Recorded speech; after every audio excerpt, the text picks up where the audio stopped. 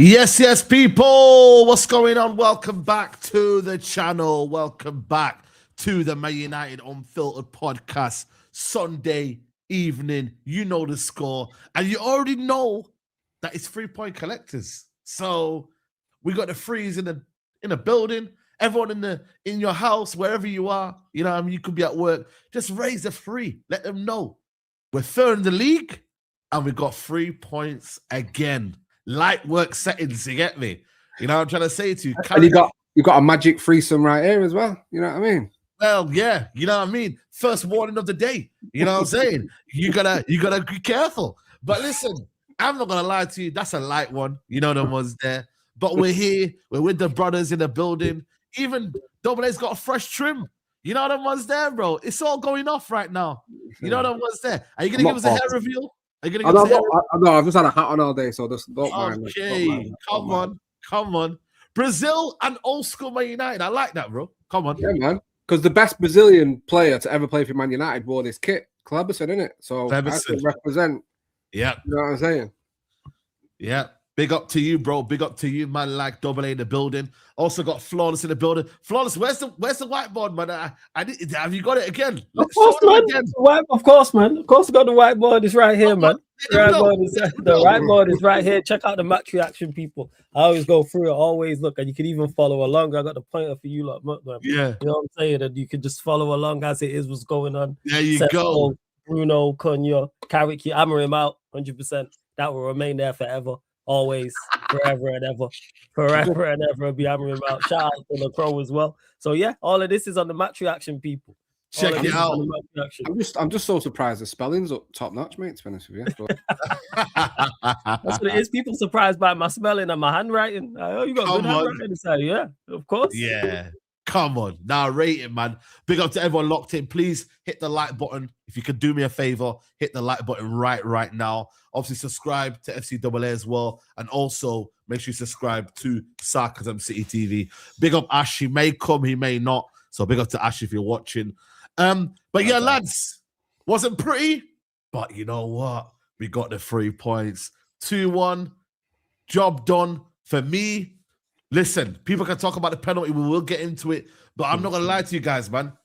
I feel like, you know what it is, man? Then we can complain. We can talk about the performance. I hear you.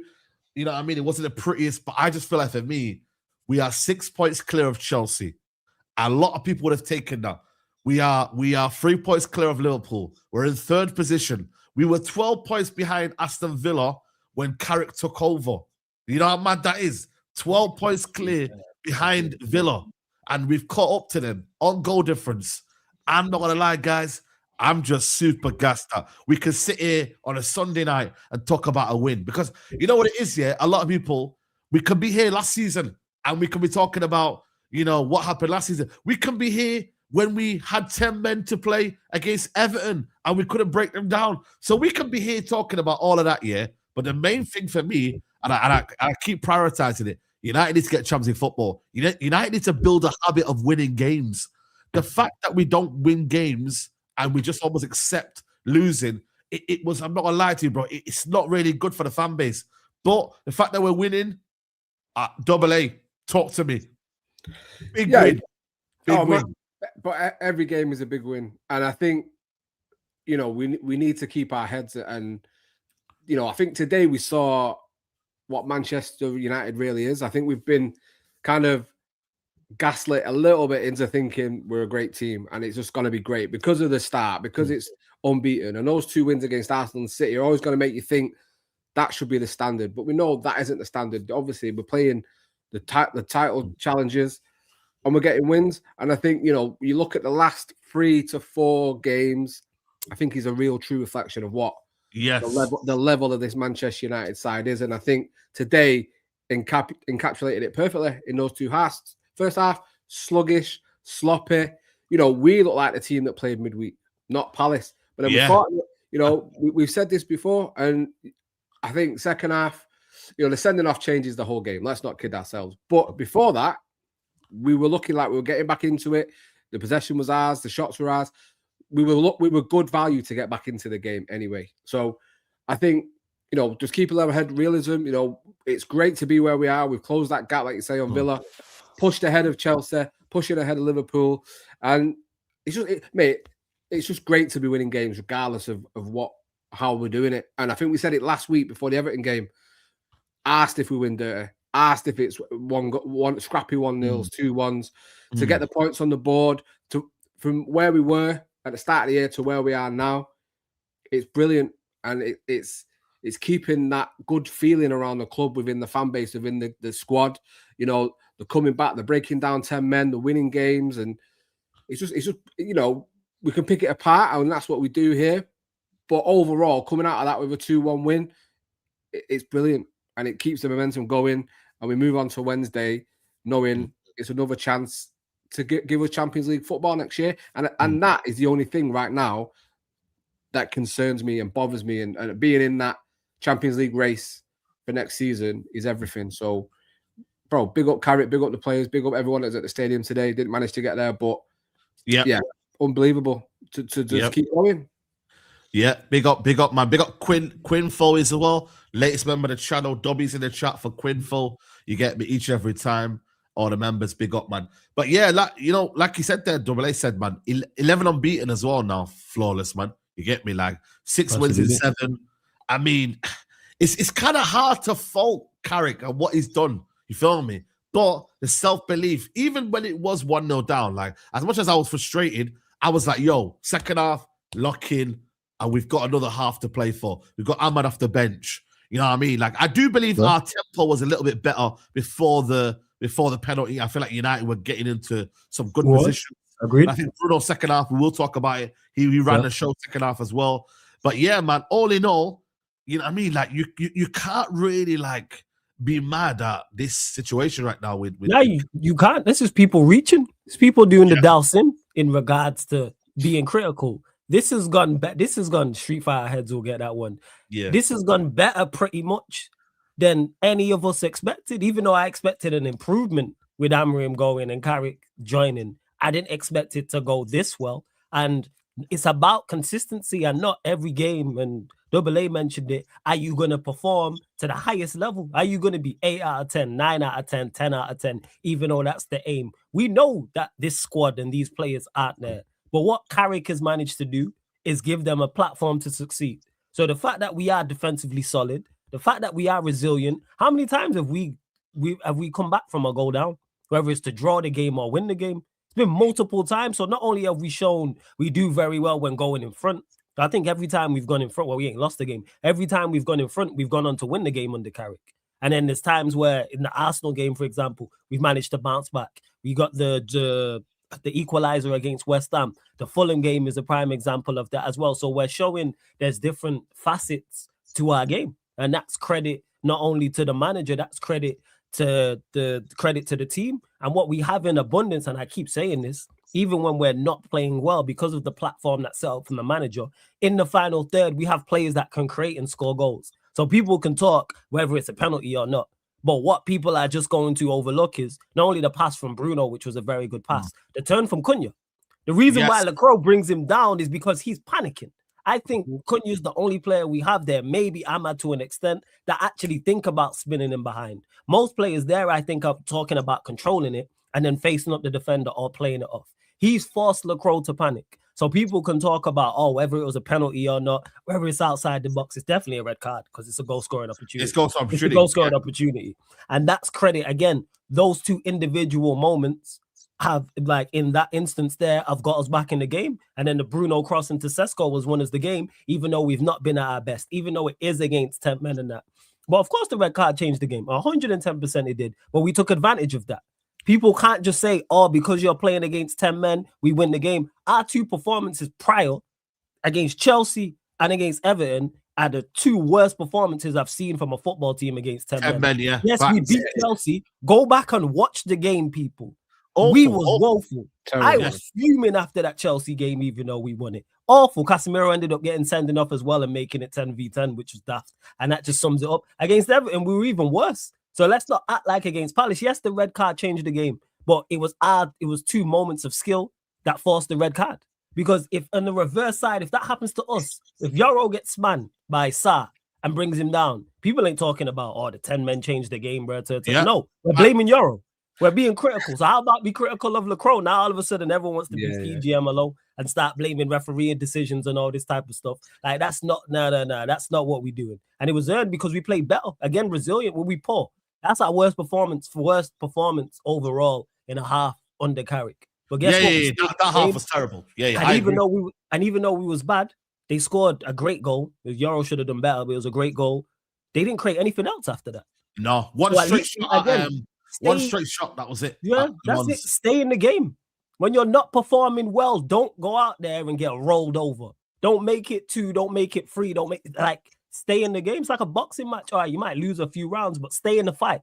Don't get knocked out. And then we responded. We responded well, and we deserved it. We deserved the win. I would have liked to seen us click on a little bit more, but I know the deficiencies of the team. I know we're not there yet. I know that. So that's how I look at it. I don't know what's happened to Double A there. Double A his camera's just messed up there. But I'm with you, bro. Like, you know what it is, End of the day, like we played with 10 men before and we've not played well. You know what I'm trying to say to you? And we literally watched it twice this season at home. Yeah. Chelsea and Everton, prime example, woeful performances. Dreadful. So, but go on, carry on. No, but it's true though, because at the end of the day, United did open them up even more after. Like, you got to remember, Ahmad had a chance. Henderson turned into prime. Had a couple good saves, man. You know what I mean, bro? Like, Henderson turned into a madman after the game, bro. Like, I don't know what Henderson was on, but it looked like he wanted to prove a point. And you get me? Like, listen, you still have to play against 10 men. I've seen games where teams are playing against 10 men. It's not been easy, you know? You get me? It's not been easy. We performed better. It could have been better. To cut you off. We performed better today against 10 men than Arsenal did. And Arsenal are a better side than us. People will say they're champions elect. They're the number one team in the country. They're the number one team in Europe. Against Chelsea, that are not a good outfit. And we was better against Palace. Like Yeah. again, you have to. But go on, carry on. Yeah, 100%, bro. And you get me, like, and for them, they had to resort to 2 set pieces to win the game. You know what I mean? Like the United, obviously, they got the penalty, but the goal that Sesko scores, it's a brilliant crossing from Bruno Fernandes, and it's a brilliant header. You know what I'm trying to say to you? Xerxes has a chance. It's a big block. They were. Listen, don't get me wrong, yeah. Like the penalty helped by United massively, but I still think United were starting to kick into gear. There was an element of United started to turn up a little bit, and also when Mazraoui came on, they didn't really do anything to us, bro. When Mazraoui came on, that's when United started to be serious at the back, and we started to lock up. Because he's just a level of consistency. That's why I trust him. No matter where he's out on the pitch, playing left back or right back, I trust him like 110%. And it's like people blame us. Are we supposed to say to the ref, "Don't send off Lacroix"? Yeah, bro. This is what I was going to say to you, bro. It's like it's almost like we have to concede a point for the fact that we won a game because they went down to 10 men. Like, should we be sorry that we've won a game because they went down to 10 men? I don't give 16 shits about whether you've gone down to 10 men or not. That's part of football, and the penalty, right? It depends on how you look at it. Because I thought the rule was still if he fouls from outside, but if the foul carries on inside.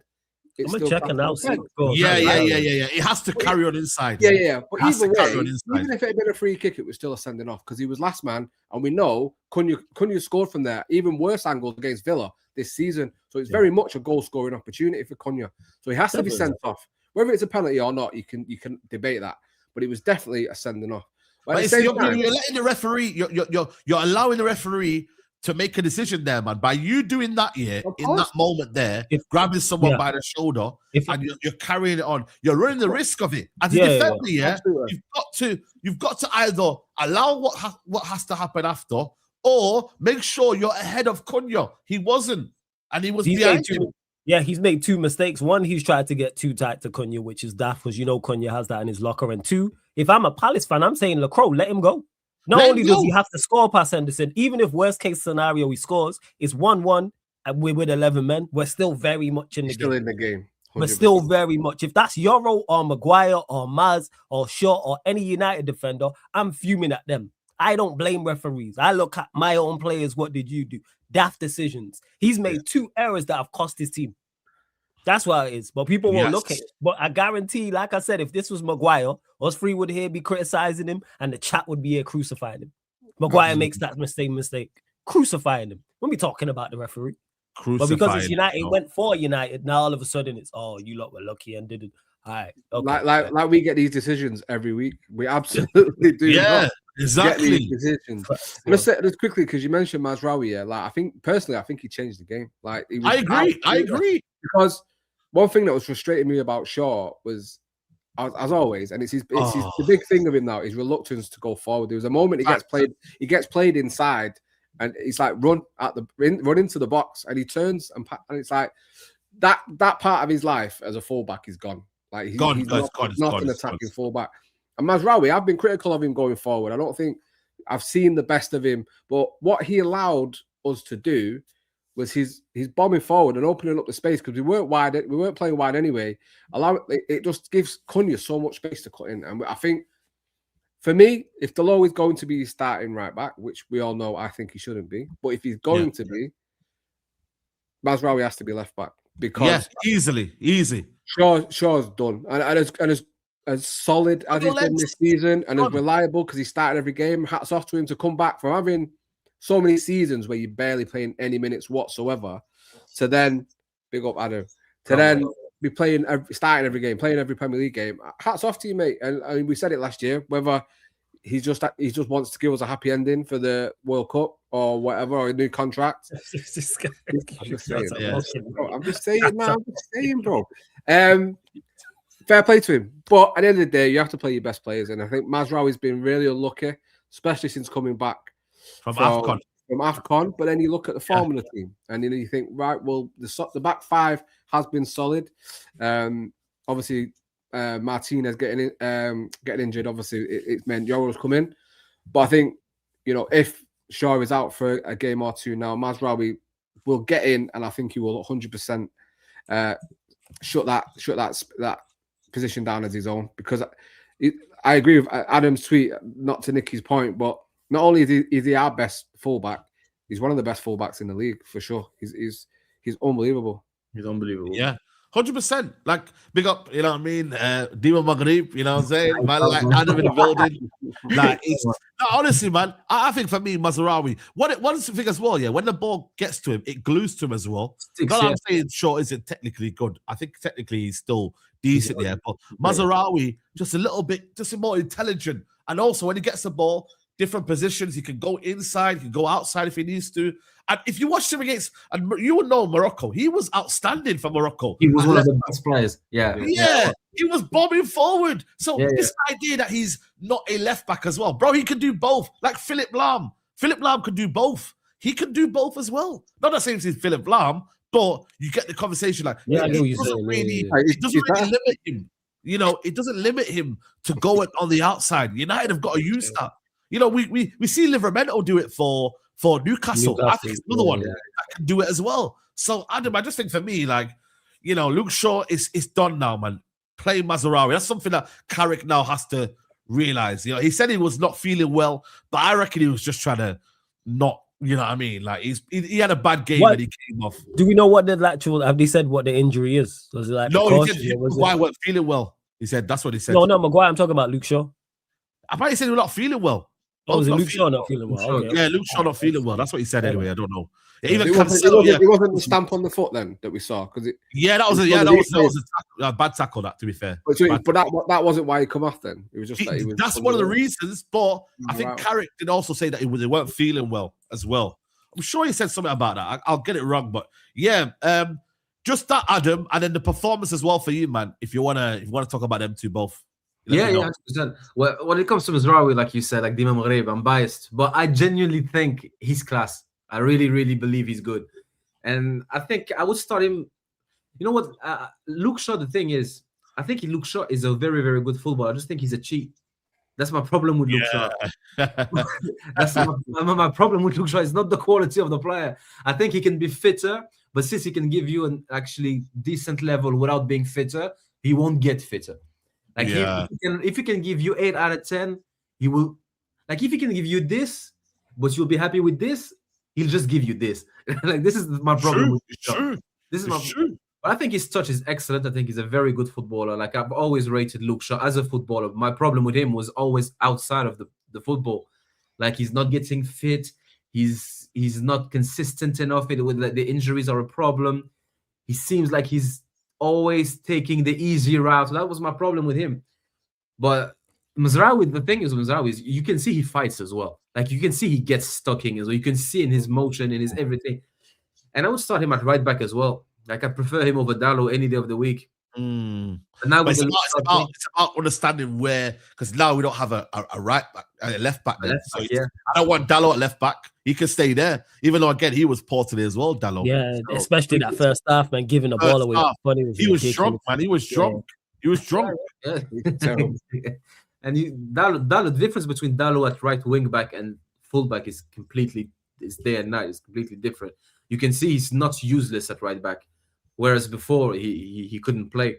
So at least now he's doing a job, to be fair. But I think fullback is a weak position for us. It is. We've got to definitely look at it in the summer. I definitely got to look at the fullback area. But overall, though, can't complain. The performance, result. Where are you like in terms of performance and result? There's a lot of people that are indifferent, but for you, is it a big kind of result today? Regardless, third place now. It's a big result.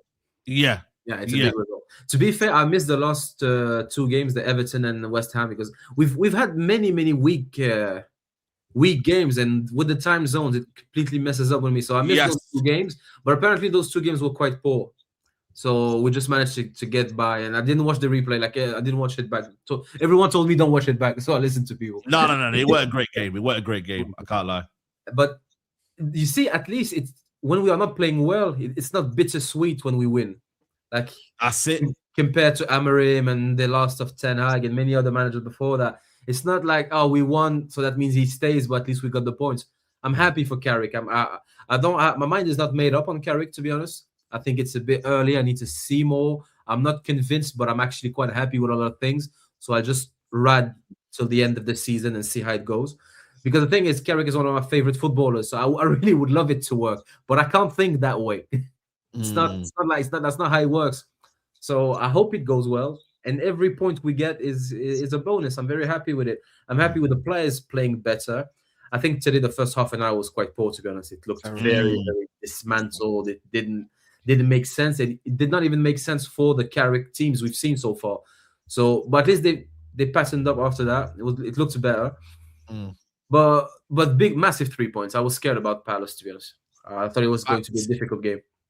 Facts, 100%, man. I'm happy for Sesko as well. You know, I rated him early. Yeah, no. We're gonna talk about him, 100%, man. This is the joint best start after 9 games by any manager or head coach in Premier League history. Wow, that's crazy. Keep calm. But then again, I think it's joint with Ange Postecoglou. So is it? Okay. Is it not Mourinho? Where's Mourinho? Is it Mourinho at Chelsea? I swear it's Mourinho. I could be wrong. I think he went on a Mazda. I can't remember which one. This is crazy, though, man. This is madness. Whether you don't rate Carrick or not, this is crazy, though. Joint best start by any manager or head coach in Premier League history. Sorry, before we give him the flowers, can I just give a yellow card to the Man United admin? Because keep calm and carry on is absolutely despicable work. That's not too bad. It's not too bad. No, it's disgusting. That is horrendous. You're not happy about it, Double A. No, wait, Double A. Are you just mad you didn't think of it? Is that what it is? I would not say that. You would definitely say that, yo. No, I swear not. Because I swear, one thing we're going to see, if he gets the job, get out of here, Iceman. United are going to be putting that on mugs at Old Trafford. And I can't be having people in T-shirts saying, keep calm and carry on. I'm sorry. Bro. As long as he carries on winning, we good. Hey? Yeah. And I'm getting carried away. You know what I'm saying? It's all mad. I'm not. Bro. This is what you didn't want. Not having it, you know. Bro, listen, man. It's about time we crack these jokes. Or should I say, crack Carrick these jokes? Yeah, exactly. Can you kick yourself out? Can you kick yourself out, please, Saeed? We don't do that around here. You know what I'm saying? Kick yourself out now. Right now. Bro, man, I'm just happy, bro. You get me? Like I'd rather do these jokes here than be depressed in the car park. Oh, but when I talk about happy and happy endings, I get kicked out of that. I mean, you know what I mean? There's I'm talking about being happy. You gotta go X-rated, man. PG. I'm sorry. There's an agenda against me. I think double agenda. Bro. Real talk though, man. Like for him to get them out, like unbeaten. I think we're unbeaten now in 11 games. I think Man United, bro. Like I don't know what's the longest Man United unbeaten run. I can't remember. Especially now, it might be Ten Hag in 22-23. Nah, it was probably Mourinho. Remember when we just couldn't get out of 6? And it was like 20 odd games or something like that. Oh, maybe. Yeah. That's probably the last time. I remember we went on a crazy run, and it was us and I can't remember who the other 2 teams were battling for 4th, and we went on a mad run. Yeah, it might be that. I have to double check though. Yeah, 100%, bro. Yeah, like I said, the first goal though, just to obviously. You know what I mean? I know it's all whatever, but just kind of rewinding the game, yeah. Has Yoro got to do better there? Or is our defending not great in terms of like, because it looked like nobody was near post, back post. It was kind of like straight. I think there's a bit of both. Because we don't really, because for whatever reason, that's gotten out of football. Like having players on the near post and the far post, and you see so many goals go in. Where if you had someone on the near post or the far post, I think it's something you should get back to. But it's on Euro, man. You got to do better.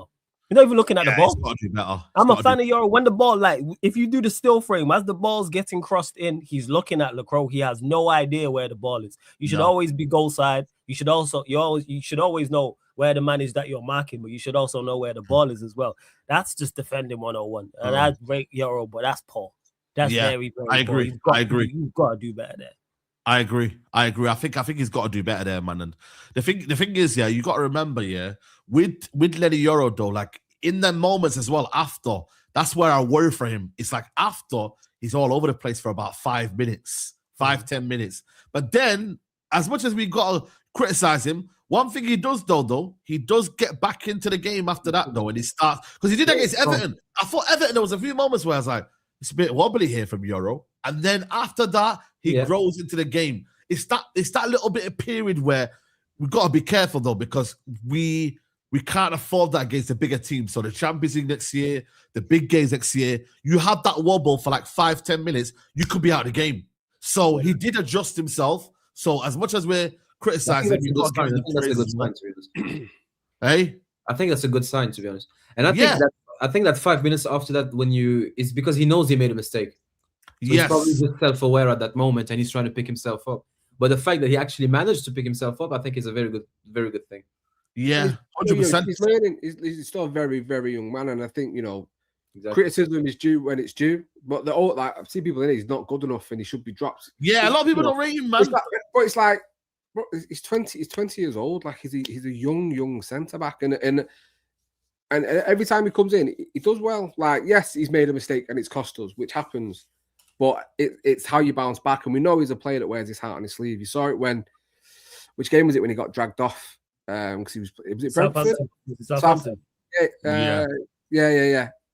Well, it's Amorim dragged him off, didn't he? And he could see he was visibly upset. So yes, on the sidelines, because he knows he wants to be better. He wants to do well. And I seen someone tweeting saying, he needs to learn the dark arts more, and I agree with that. That's one thing he definitely needs to do. He's far too nice. In what sense? Like just trying to, you know what I mean? And trying to assert his dominance. Be learn it like I was thinking like literally should be teaching in these dark arts. Argentinian defending, like to gain that advantage on your striker. Because I can't remember his name. The striker that come on for Palace, number 29. Descend. Yeah. Was giving him a bit of a torrid time, and it's gaining all the advantage over your striker and not allowing him to have it all their own way. But after that, he was solid. First 4 or 5 minutes, he was solid. After that, like you say, he has done 5 minutes where he needs to settle, find his feet again.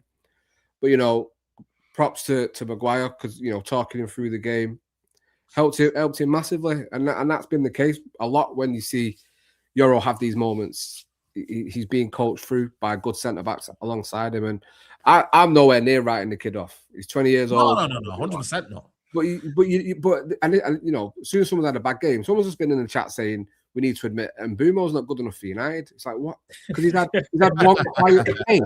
Like, let's have a sense. Let's take a chunk of reality and just live in this world, shall we?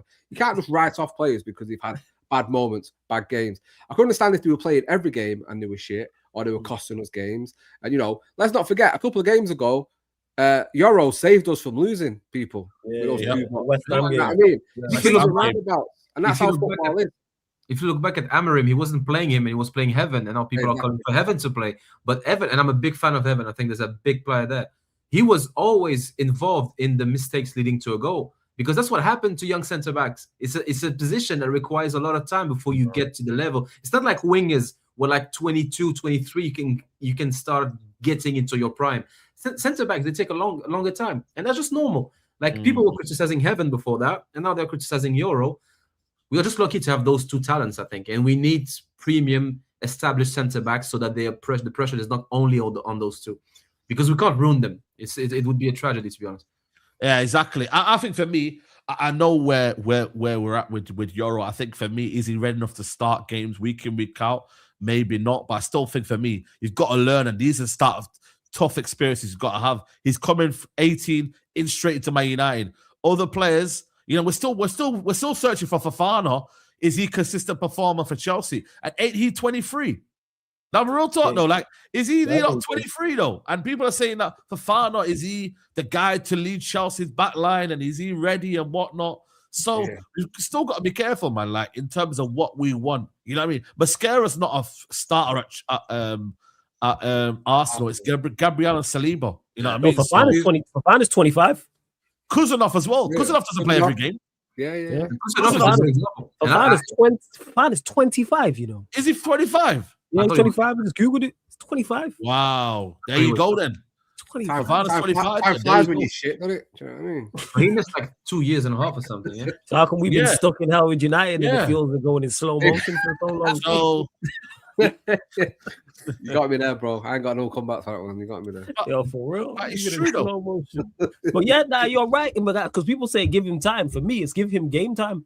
Let's find out how good give he him is. game time. Yeah, Do I think he should be starting week in, week out? No, because I do think De Ligt is a better centre back, but he's having his injury problems. I do like Martinez and Heaven from the left-sided centre back role because it helps in regards to playing out from the back as well. That does help with that and balance perspective. But if De Ligt isn't fit, which he's not, play Euro again. He played well against West Ham. He played very, very well, I thought, against Everton in very tough conditions. Like we're talking about him with the dark arts. That is Everton and Moyes all over.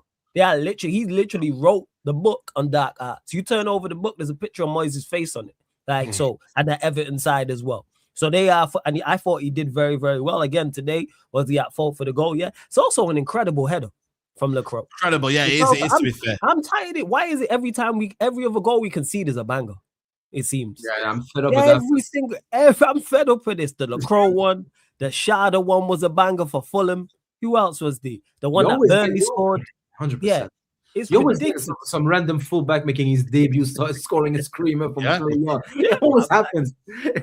I bet Kevin ain't scored a goal like that for Fulham ever. That he's stuck that top bins, and you're like, for fuck's sake, the Burnley player who scored as well, the one today. Like I'm sure there's a couple more in there as well. So, but yeah, what's it called? It was a setback, and then like I said, the first half wasn't great. I just think for me, I put the heat map of you got Mbeumo, Bruno, Cunha all together in one area.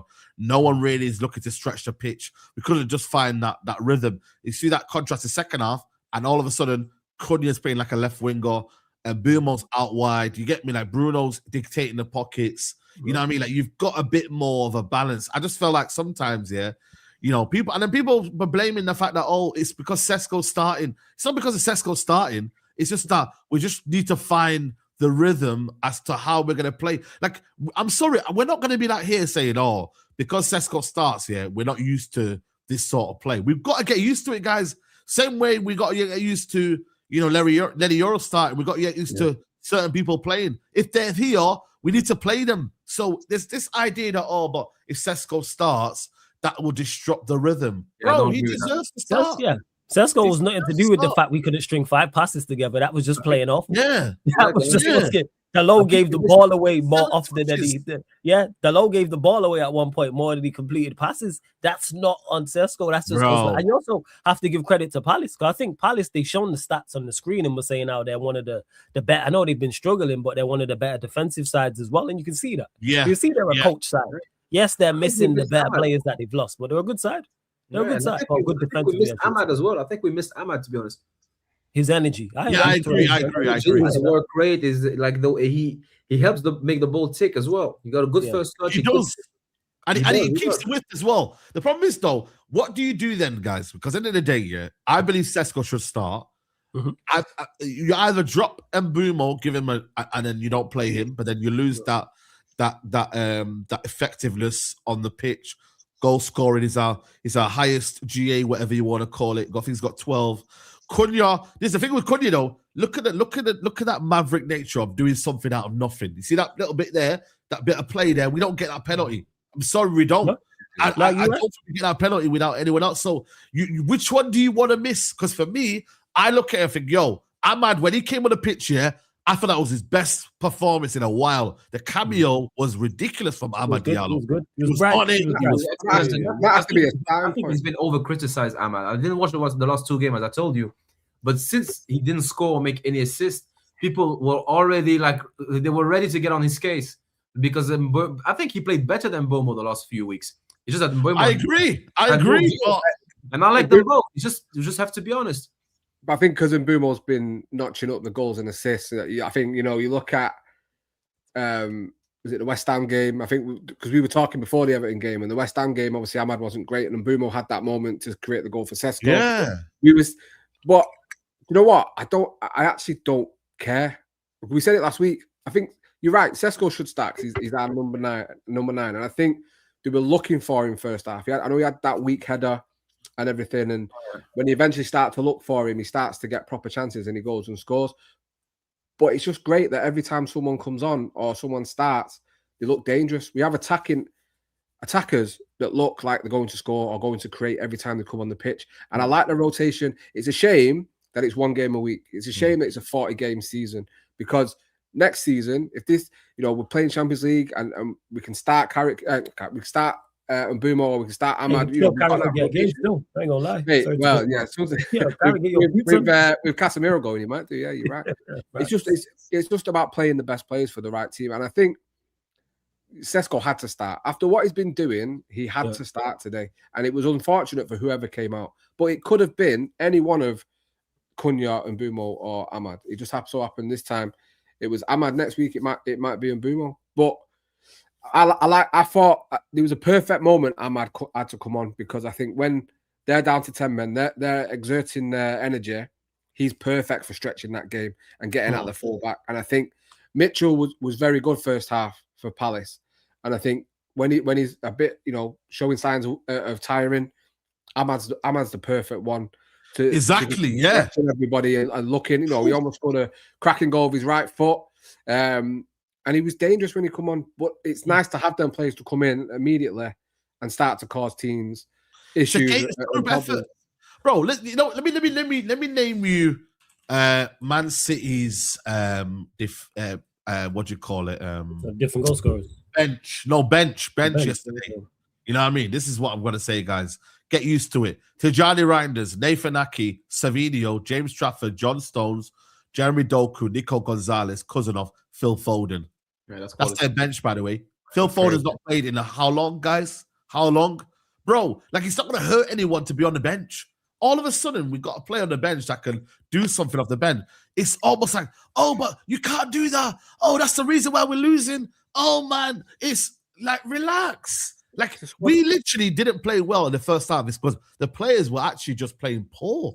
You know what I mean? And they weren't doing the simple basics of keeping the ball, like you said, Flo. It's like certain things that United just weren't doing. So it's okay. Even Xerxes' cameo was gold. Yeah, I thought his cameo. I thought he was very good. I thought he was very good, man. I was like, yo, Xerxes, Yeah, I think his first touch, he brought the ball out the sky and then laid it off, and we know that Xerxes is capable. But I'm liking the fact that we're having a debate about who should start. And it's not because it's not the best of a bad bunch. It's it's on merit. And I think that's where it stems from. I think it's on merit, number one. And two, I think it's also from who you're facing as well. So if we're going there, because Newcastle away is the next game, correct, right? Is that the next one? So if he goes with Ahmad in that, I would understand. Because of how Newcastle play, because they're high energy. On the counter, on. So, but then on the counter, we know what Mbeumo can do, as we see against Everton. So on that side, do you think about it from us on the ball perspective, or do you think off the ball? Again, it's good options to have. I like the fact that we're talking about this, and we need to, and we're looking to add more in the summer as well. And it should be, you just mentioned City's bench. Our bench needs to be of that level. We should be debating every week on this show about who should start. Not just in the attack. I'm saying all across the pitch. That's what it should be. Shouldn't be set 11s. But you see, the thing is, the way I see it, there are some players we need to have a player like Ahmad or Zerski on the pitch at all time, in just the sense that the other players are so unpredictable with their touch that it depends on which day you play them. For example, if we are very, very honest, Mbeumo, Cunha, Bruno, Casemiro, and Sesko, they either have very, very good touch on the day or a very bad touch on that day. Yeah. And if it happens that too many of them have a bad touch on the day, then all of a sudden you have first half performances like today. And the thing with Ahmad and Zerski is their first touch, it never fails them. So you have someone like that, you minimize the mistakes. Because when you have a bad touch in a player and another one, those things compound, they add up. And then all of a sudden you have too many elements of randomness in your team. So that's why I would have picked Ahmad instead of Mbeumo today, just because there's that element of bad luck that you don't know which Mbeumo you're going to get when it comes to controlling the ball. You don't know which Cunha you're going to get, because Cunha sometimes is absolutely brilliant on the ball, and other times his touch is off. Casemiro, same thing. So your mute is off there. Yeah, sorry to cut you off. I think with Mbeumo, he can't take a man on, whereas with Cunha, I feel like he takes the man on too much, to the point where we got opposites. We got Mbeumo, who, I'm not going to lie to you, 1v1 is not better than Ahmad in terms of taking a man on and beating a man. But in terms of Cunha, he can beat a man, but then he runs in, he does too much pass. You know what I mean? So we've got a player that isn't maybe a left winger because he wants to go central, Cunha, but then he gets in the way of Mbeumo. And then Mbeumo, who again, when he's isolating that right hand side, it isn't his natural ability to get past anyone like that. He wants to be central as well, tuck in. So again, we bought obviously them to be playing as 2 right 10, left 10. We're now having to make them who they are and make them a bit more of a touchline winger in a sense. And you can add a little Dalo into the mix, and then all of a sudden, no one can control the ball. So what you're saying, Saeed, for that left-hand side is Rashford should come back then? Is that what I mean? No. Do you watch his performances, Steve? I was having a good week, a good weekend, man. Don't get me. Yeah, bro. Rashford is anything, bro. Yes, bro. And blind alleys was his thing, bro. He created the whole idea of blind alleys. Exactly. That's what I mean, bro. I'm telling you, bro. You know what I'm saying, bro? More alleyways in Moss side of Russia combined. It's crazy.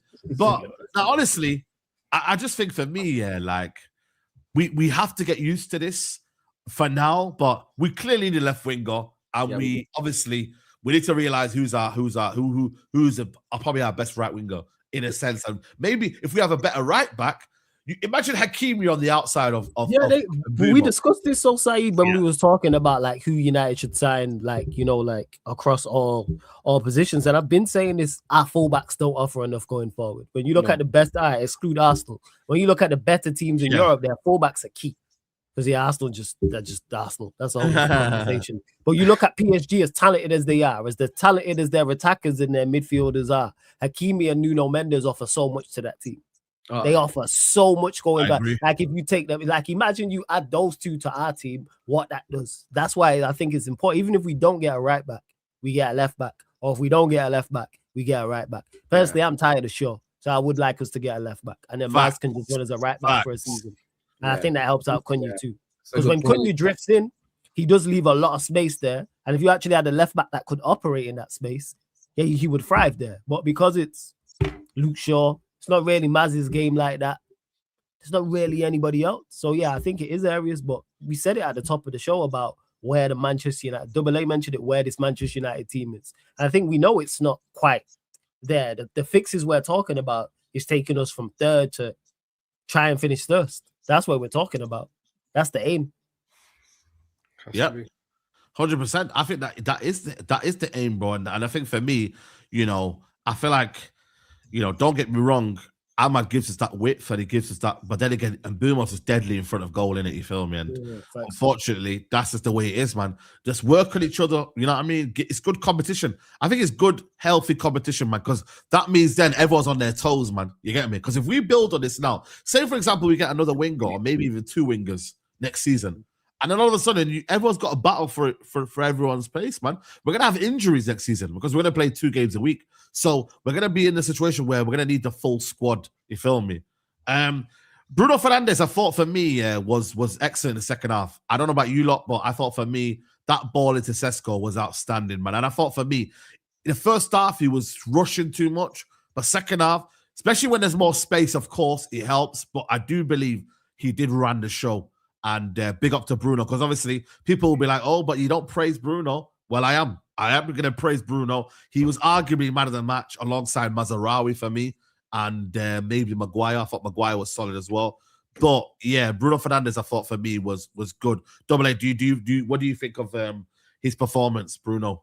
Yeah, no, you're absolutely spot on. Like it was a captain's performance. That's the best way to describe it. Knew his team were down, knew he had to improve, had the bit between his teeth. And he was everywhere, but in a good sense, not the erratic everywhere. Yeah, Bruno, I agree. Out and he's costing us. He was making the team play, making the team dangerous going forward, as well as you know, you see him dropping back and collecting the ball, starting moves again, telling players where to be. It was a perfect second half performance. First half, I agree with you. He was very frustrating against Everton. I thought he was, you know, misplacing passes here, there, and everywhere. He was arguing all the time, and it's that Bruno you don't want to see. That's the Bruno that gets criticised a lot. That we see, we've seen a lot of, especially over the Amorim era, and a little bit of the Ten Hag one near the end as well. So, for me, coming out the second half, and you know, you talk about the assist for Sesko, but that ball for Cunha is again probably the only player we've got on the park that can play that. Yes, perfectly like that he does. Yes, and that, you know, it was it was that, you know, it was a reward for us, the endeavor that we started to show as soon as the second half started. And you know, you have to take your rewards, and then we did. And that sending off, I don't think it would have changed anything. I still think we would have gone on to win. Yeah, I agree. We were just peppering them, we were just overpowering them, and we got comfortable within the game. And you know, hats off to him, because we all said at the start of the season, because we didn't take the money, if the season goes bad, he's going to be the scapegoat because of where he's being played. Because we could have replaced him, or replaced the midfield with £100 million or whatever we would have got for him. And he's turned it around, and he's just essential. And I think, you know, is he the third player to get 100 goals and assists for United now? With Giggs and Rooney. And again, he's just proven to be what a great signing he's been. And I think for what we got him for, to what he's given to us, despite us being terrible, and despite him being, you know, terrible sometimes, brilliant the next, it's been value for money all end up. And you see, I agree with you at the start. I thought he has a very, very good game, but I don't agree on the rest. I think it's been a negative for us in general. It's just that today, I think he was very good. I thought he was class today. He's had class performances here and there. Overall, I think on the balance of everything, I don't think it's been a good deal. I think it set us back years.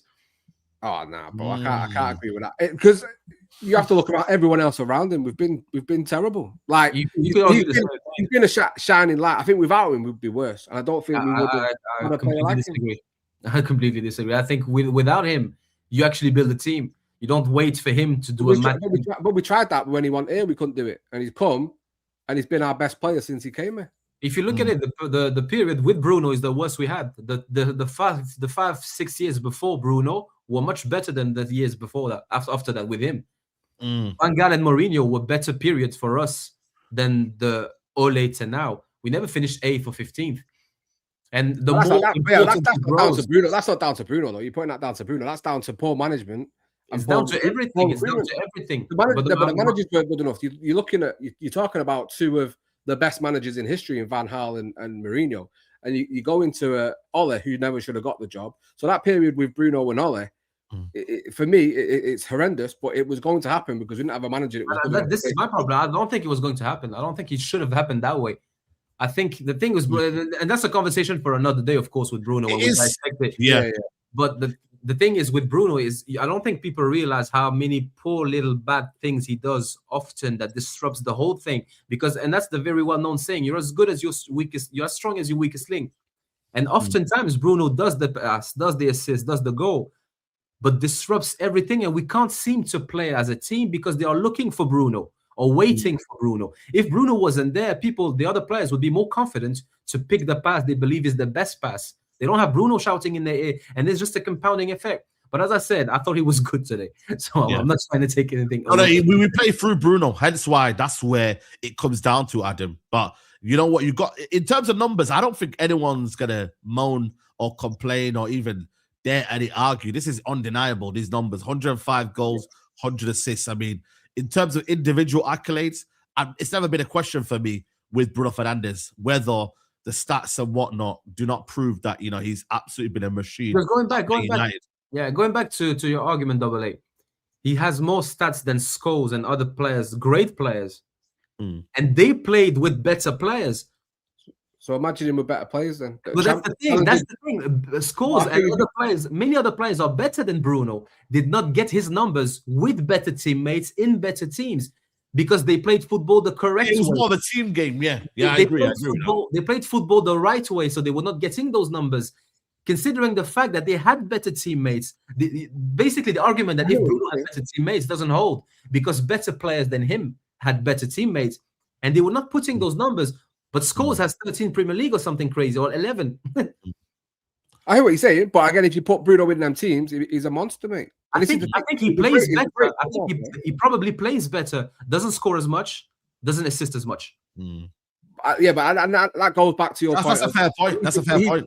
Yeah, that's because he's become the focal point, because he's by far our best player. That we've had come to the club. Yes, and you have to take the rough with the smooth with that. You have to take the fact that you are going to get a bad performance in the first half, but then he can carry you in the second half. You know what I mean? It's just whether at Man United we've had more good than bad. You feel me? And in them big moments, in the big games, like, you know, and also you have to almost shoehorn him into the football team because he's your captain, he's your talisman. But in terms of assists, goals, and being that high volume guy in terms of his effectiveness on the football pitch, you can't question that. It's just whether have Man United contributed or gained a positive effect over the years with Bruno Fernandes. I don't think so. It's been up and down. Has it been more good than bad? I'll let you decide. There's obviously a good player there. The problem is his. But this season, he might end up getting Player of the Year. You know, like he actually might end up getting. He might be in the category for the Player of the Season award. I defend him this year because he was playing in the pivot and he never should have been. Yeah, that footballing terrorist type with everybody else. So that's why I don't. Yeah, you can't bless everybody else. I don't because he's not a pivot player. But in regards to today, hey, he produced 2 moments that have helped us win the game. Like, I'll let you get to the super, but that's where I'm at with it. That's why I wrote on the board. Like, I was looking for our attackers to do something. I was saying this at half time. Hey, there's 4 of you lot out there. You lot got to combine and got to produce moments. And he's produced 2 moments of quality that have contributed to us winning the game. Yeah. That's why today I would have liked, but I would have wished that someone else did those assists and scored a penalty so I could come here and praise him for his performance, regardless of his GA. You know what I mean? Because I thought he just played well. I'm not even talking about the pen, though. I'm talking about like the pass into Cunha and then the spin from Cunha and then the cross from him as well. But it's not always him, as we seen with the West Ham game. It was Embremo to Sesko. With the Everton game, he wasn't involved. And there are 2 moments right there. Well, there are multiple moments right there that's not involved in that other attackers have got because we have other talent surrounding him. So I'm all for it. But yeah, today he played well. Yeah, he's clear though in terms of the players like Cole Palmer, Odegaard. I mean, them guys can't go next to him. I think these are showing right here the decline of football. Better than him, to be honest. I think we're seeing the decline and why people say football is not what it has, not just in the Premier League across Europe. When you look at the attacking players, you just mentioned there, we're saying Odegaard's the best attacking midfielder at Arsenal, Palmer at Chelsea, let's say Bruno for us, Wirtz at Liverpool, even though Wirtz is kind of turning around, even though he's in like there isn't really much that if you compare those names to previous eras, they're nowhere near. It's not even close. It's not even a conversation. I agree. Eze wasn't even in the game today. I do have to say though, like, there's no coincidence Bruno going back to 10 has made us look a lot better going forward. Yeah, of course. And I think he deserves his flowers for that. I agree. Better there, of course. And I agree. That proves is how important he is. Whether you agree with it or not, Adam, that you know it's all through him. It's all through him. It shouldn't be all through him. It never should be about one individual that makes your team play. I agree. That whole build the team around him. I hate that phrase. Why should you build the team around one player? You should have 6 or 7 that are your team, and then your interchangeables that come in and out and add to that, which a squad game is all about. But I'm happy. I'm happy we got rid of that Bruno at 8 in the double pivot because it massively. Because now we've not been complaining and split as a fan base. I haven't tweeted about Bruno in a while. That's a good sign. Good sign, very good sign. You know what I mean? Because that's a good sign. I think I've seen some Bruno prop from you, bro. To be fair, more than anything. Because you know what people think is just an agenda. The thing is, I'm so in my bubble here that I just say what I believe to be true, and then I go back to my little life. That's just how it is. I just say it how I think it is. I catch smoke online, and that's fine. That's how it is. And then I go back to doing my little things. Yeah, 100%. Bruno, brilliant ball. Brilliant ball. You get the good bits of Bruno and you get less of the bad bits. So, of course, you get a better player all around. Yeah, I agree. Before we move on to the Sesko goal, big up to Quinn for said the team is doing what is capable of as per quality in it. People need to chill. Big up to you. Super Arc says teams know Ahmad is a threat, so they send out double teams. Everton was holding the jersey so much they ripped it at the neck. I agree. And watch Sidemen 33 minutes in of the Sidemen, Haaland mock United. Yeah, he can mock United, man, but end of the day, bro, you know what I'm trying to say, man, we won, so we don't care. You know what I'm saying? It's mad how we're relevant. And yes, speak about us on a Simon video, innit? It's crazy, man. So, you know what I mean? Big up to them, man. But yeah, I think for me, that cross from Bruno into Sesko, and guys, it was a bullet header. There's an angle, I think, of the goal that I think someone posted on YouTube. And yeah, man, everyone's getting on it, man. The fact that people have got their phones ready for the Sesko goal shows you that, yo, man, people know that a goal is inevitable. You know, I'm trying to say to you, I can't know where it is, but I'll find it. But yeah, that bullet header flawless, man. What a header, bro. Because yeah, man, it's not easy, bro. You know what I mean? It's not an easy header, man. And he far from it. As good as the cross was into Bruno, from Bruno as well. Sesko still has to make that's not an easy chance. Yeah. That is not, and he's made it look easy. Like, yes, Bruno's hitting area, yes, which is what you want to do to the 6'5" NBA player. Yeah, he's built like a power forward, so it makes sense. But look at that. Look where he is. Look where he is. Good movement as well. Good movement. Look in front of the penalty spot. That's not and easy to not only get the direction and generate the power on it. Also, that's very, very good leap, good connection with it. Also, man, gotta give him props, man. Gotta give Sesko props, and he continues to score goals. I didn't see this goal scoring run coming from him, and hopefully he can continue. He can keep scoring goals at this rate. I'm all for it because he's a constant threat. Constant threat. And he seems, you know what? His catalog of goals is very, very good, you know. Yes. The only scrappy goal I can think of is probably, the Brentford one is the only one I remember where I say it's scrappy, but the rest of his goals he scored are quality. Got the head variety, the one against Fulham, for example, the one against West Ham, the one today, the two against Burnley. I look at it and I go, all right. So I'm with it. Yeah. Carry on. I think, you know, having seen his I've watched the goals he scored at Leipzig and stuff. He's got the repertoire there of a proper striker. And you know, the Brentford goal is just as important as every other goal because he's in the right area to keep going and get the ball in the back of the net. And it's just nice to have a proper goal scorer. And I think one player that would relishes a player like Sesko is Bruno, because he knows I can put the ball in the box and he's likely going to get on the end of it. And we've not had a striker. You know, Holland did it for a little, you know, during that spell, but then his runs in the box, one of the worst I've ever seen from I suppose number 9, just didn't happen at all for him. So I'm finally we've had a striker come in, and you know, wasn't that I didn't like the player, but when I thought of the money we were getting linked with at the start of the season when we were talking about our options, and I would say, well, maybe go for a Watkins if you're needing that Premier League experience, blah blah blah.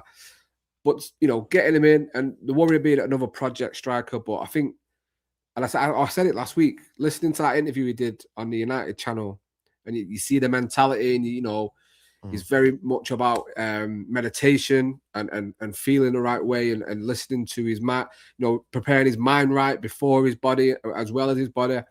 Shows you that this kid's locked in and sees nothing but success for himself and backing himself, and you know, and being in the right place and scoring different types of goals. And I think it's turning out to be a fantastic signing for us. And I'm happy so many people that weren't backing him, I'm seeing a lot on Twitter and we're speaking about it, changing and realizing, this kid is a very, very good football player, and you know, showing it and proving to show it off the bench, starting games, he's scoring goals. And you know, I think Carrick getting a lot of criticism today, taking him off. When you think, go and fill your boots, go and stat pad. Very difficult game against Newcastle on Wednesday. We scored, we're winning, get him off, wrap in cotton wool. Let's go again on Wednesday. But Sesko proving to be worth every single penny of the money we paid for him right now, for sure. 100%. And just before you come in there, Adam, I'm not gonna lie to you. I was one of those that wanted Delap, not as the main striker, but I wanted 2 strikers this summer, and I did want Delap as one of them. For 30 million, it made sense for me. Get a younger striker and then a bit more experience in Mateto or someone else. So I'm gonna hold up my hands up. You know what I mean? But I don't think anyone really, this one is the chat here, not many people wanted Sesko as a striker this summer. No, that's why I ain't hearing all this now in regards to it, because I was with you. Yeah, you was one of the few, because when he was linked to Arsenal, because he was Arsenal bound, everything was Arsenal. There was very, very few United fans that were saying, oh yeah, go and get him. In regards to Delap, big up to Delap for rejecting us, man. And all that, you know what I mean? Let's not forget. Yeah, Sesko, but again, man. you know what I mean? There's context behind it, but he was going to Arsenal, so we need to give him smoke. Man is doing smoke, man. Yeah, you know what? I'm with you on that. Fuck Arsenal. Yeah, I'm with you on that. And also, I didn't realize he'd be this bad. I'm not gonna lie to you. I generally feel like we realize how bad Gyökeres is. I was not proved. Yo, if it has any links, with Amarim, bin it. Yeah. Man You know what I said, mean, "Bin it." bro? The whole idea, You know, bin it, listen, mate. Grimsby. You get me? Exactly. I said, any links to Abram, it's a wrap. Apart from Mateus Fernandez, because I love him at United at West Ham. But Yeah, he's No, good. I'm not. Fair enough, but I'm not taking chances. I'm too scared for that. Yeah, I get you, man. Bro, That's me with back, Obligados. it's me Crazy. with back three managers, man. I'm not with it, yo. Any back three, I'm like, nah. Don't But do you know that. what? Don't Going back to Sesko, my brother has been watching him for years. Like when he was before Leipzig, and he was on him. He's like, this guy, the talent, the potential is scary. It could not fulfill it, but the potential is crazy. And you can see the way a guy of this size plays with the ball at his feet. It's impressive. The pace, the catalog of goals is very, very impressive. And my brother told me for the money we paid him, it was a good deal. Because I think my brother was scared of him going to PSG. And then because all they needed was a good striker. And then you add the Ousmane Dembele and Kvaratskhelia, and it's a wrap because they are two very, very good wingers. Or Arsenal, because if Arsenal get the 6'5" player that can actually control a ball, it's long. it's dead. It's true. It's true. It's true, man. There's a super chat here that came from K. Dudes, big up, fellas. Been a minute. My doctor said my blood pressure is level now with Le Mans in goal. My skin is better. I stopped smoking Newports. Third is cool with me. I shout out to you, K Dukes, man. That's a funny one, man. Welcome back to the channel, man. Hopefully you're good, man. But honestly, man, I think for me, Sesko, man, I'm more than happy with him. Like I said, bro, and there's a lot of people that want him to start, not wanting to start. I think for me, the sheer presence of him being on the football pitch helps us get the ball in the box. He's confident, he's sharp, he's looking good.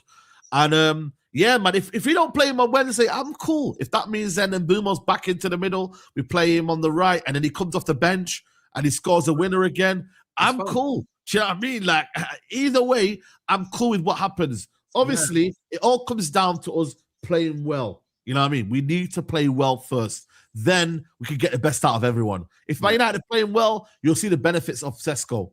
So as long as we're playing well, Sesko's got more than enough in his locker that he's showing that variety of goals, like you said there. Header, shot, flick on, different kind of goal there. Pace. Right foot as he's turning back when Bruno passes the ball.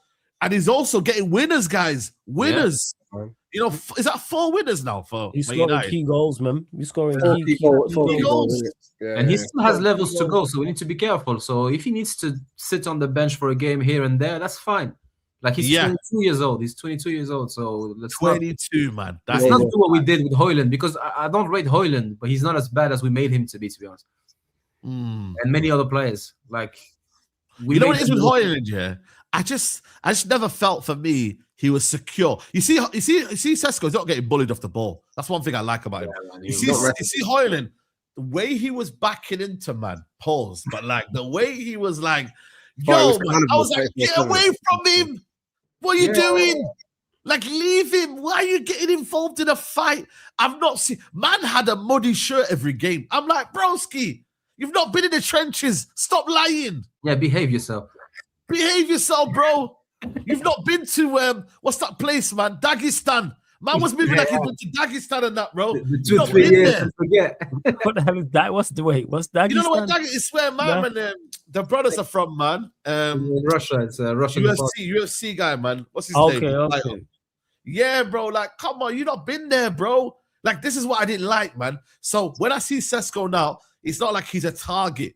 You have to back off him sometime. You might need to give him space. You might need to. You weren't getting that from Højlund. I feel like that's the difference for me. I see a player that is looking at is actually showing that he's capable of looking after himself versus a guy like Højlund that just was getting bullied, bro. He was getting bullied, and that's the difference. It was always on the floor, man. It was annoying. On the floor always. Man, yeah, exactly. Glastonbury settings, man. Yeah, man. Khabib, yeah, that's the one. Khabib. You know what I mean? So I just think for me, like, we're in good spirits. I still think United should go buy a striker next summer. Fair play to Xerxes. He's still being professional. Good performance, good cameo, but I don't assume that he's going to be here next year. I don't think he's going to be here next year, if I'm being honest with you.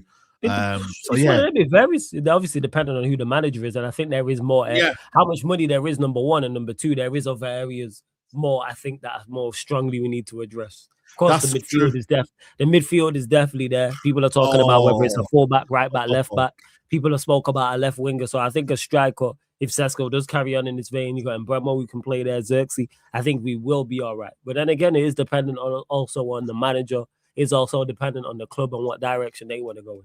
But I would leave it as it is. I do like our attacking options. If we are going to add a attacker, I think a left winger is needed. Yeah, I agree with that. I'd say more so than that. And not even necessarily to start. But then again, you got options over there because Cunha can play there. Dog, you can play there. Of course, Ahmad could go over that side as well. So options and good options to have as well. Yeah, facts, 100%. I'm fully with you, man. I think for me, it's one of them ones where, like, he's how many goals has he got now in the league? I mean, it's 6 goals in 7, 4 goals in the last 4 games for Sesko. It's like 8 or 9 goals in the league, something like that. Is it 8 or 9? Yeah, let me just quickly double check. Considering he had a bit of a rough patch and he didn't play. Yeah, he didn't play. I bet that's not even that many starts either. Yeah, exactly. So it's 8 goals. 8 goals. Yeah, 8 goals, and then 1 assist. So he's got 9 GA this season. I mean, I said between 10 to 12 goals this season. I don't know what you lot said he should aim for, but he's on course to get 10 to 12 goals in the Premier League. Another good thing, because that's the thing that is very, very important. It's a team sport. So we have plus 12 goal difference, and we are third. So the goals that the striker scores or the goals that Bruno, it doesn't really matter if we are better as a team. And I'm just happy with the current state of things, actually. Look at we've been in the negative goal difference for like 2 or 3 years. Yeah, you got 8 goals in 12 starts is impressive. You only have 12 starts. That's we played 23 games overall.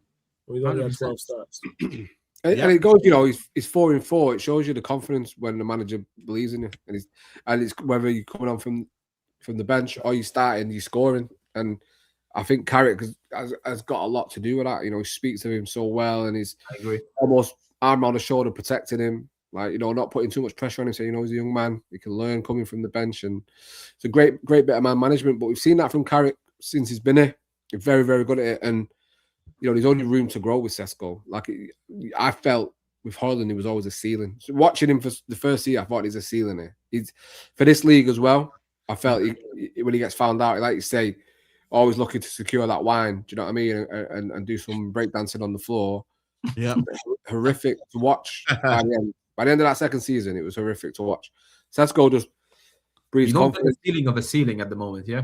No, I don't think so. Not with Sesko, no. But whether that's because he's been touted as this world-class striker, the baby's Zlatan kind of thing, and we know that's his idol is.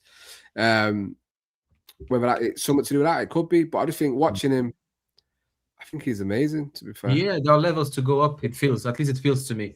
Like he can improve, he can be more aggressive, he can be a bit stronger, he can be stronger, but he has that strength, so he doesn't have to build it in the gym or something. He just needs to be a bit more switched on at times, a bit more aggressive with his touch, that's the thing he can work on, I think. And you see, he's been playing much better now, but the team has been playing much better because striker is a difficult position to play.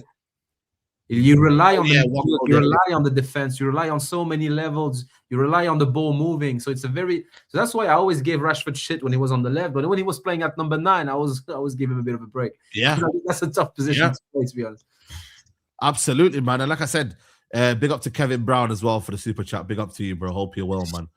Can I say one thing quick? That last comment there, I'm sick of seeing this as well from people. The manager didn't want this player.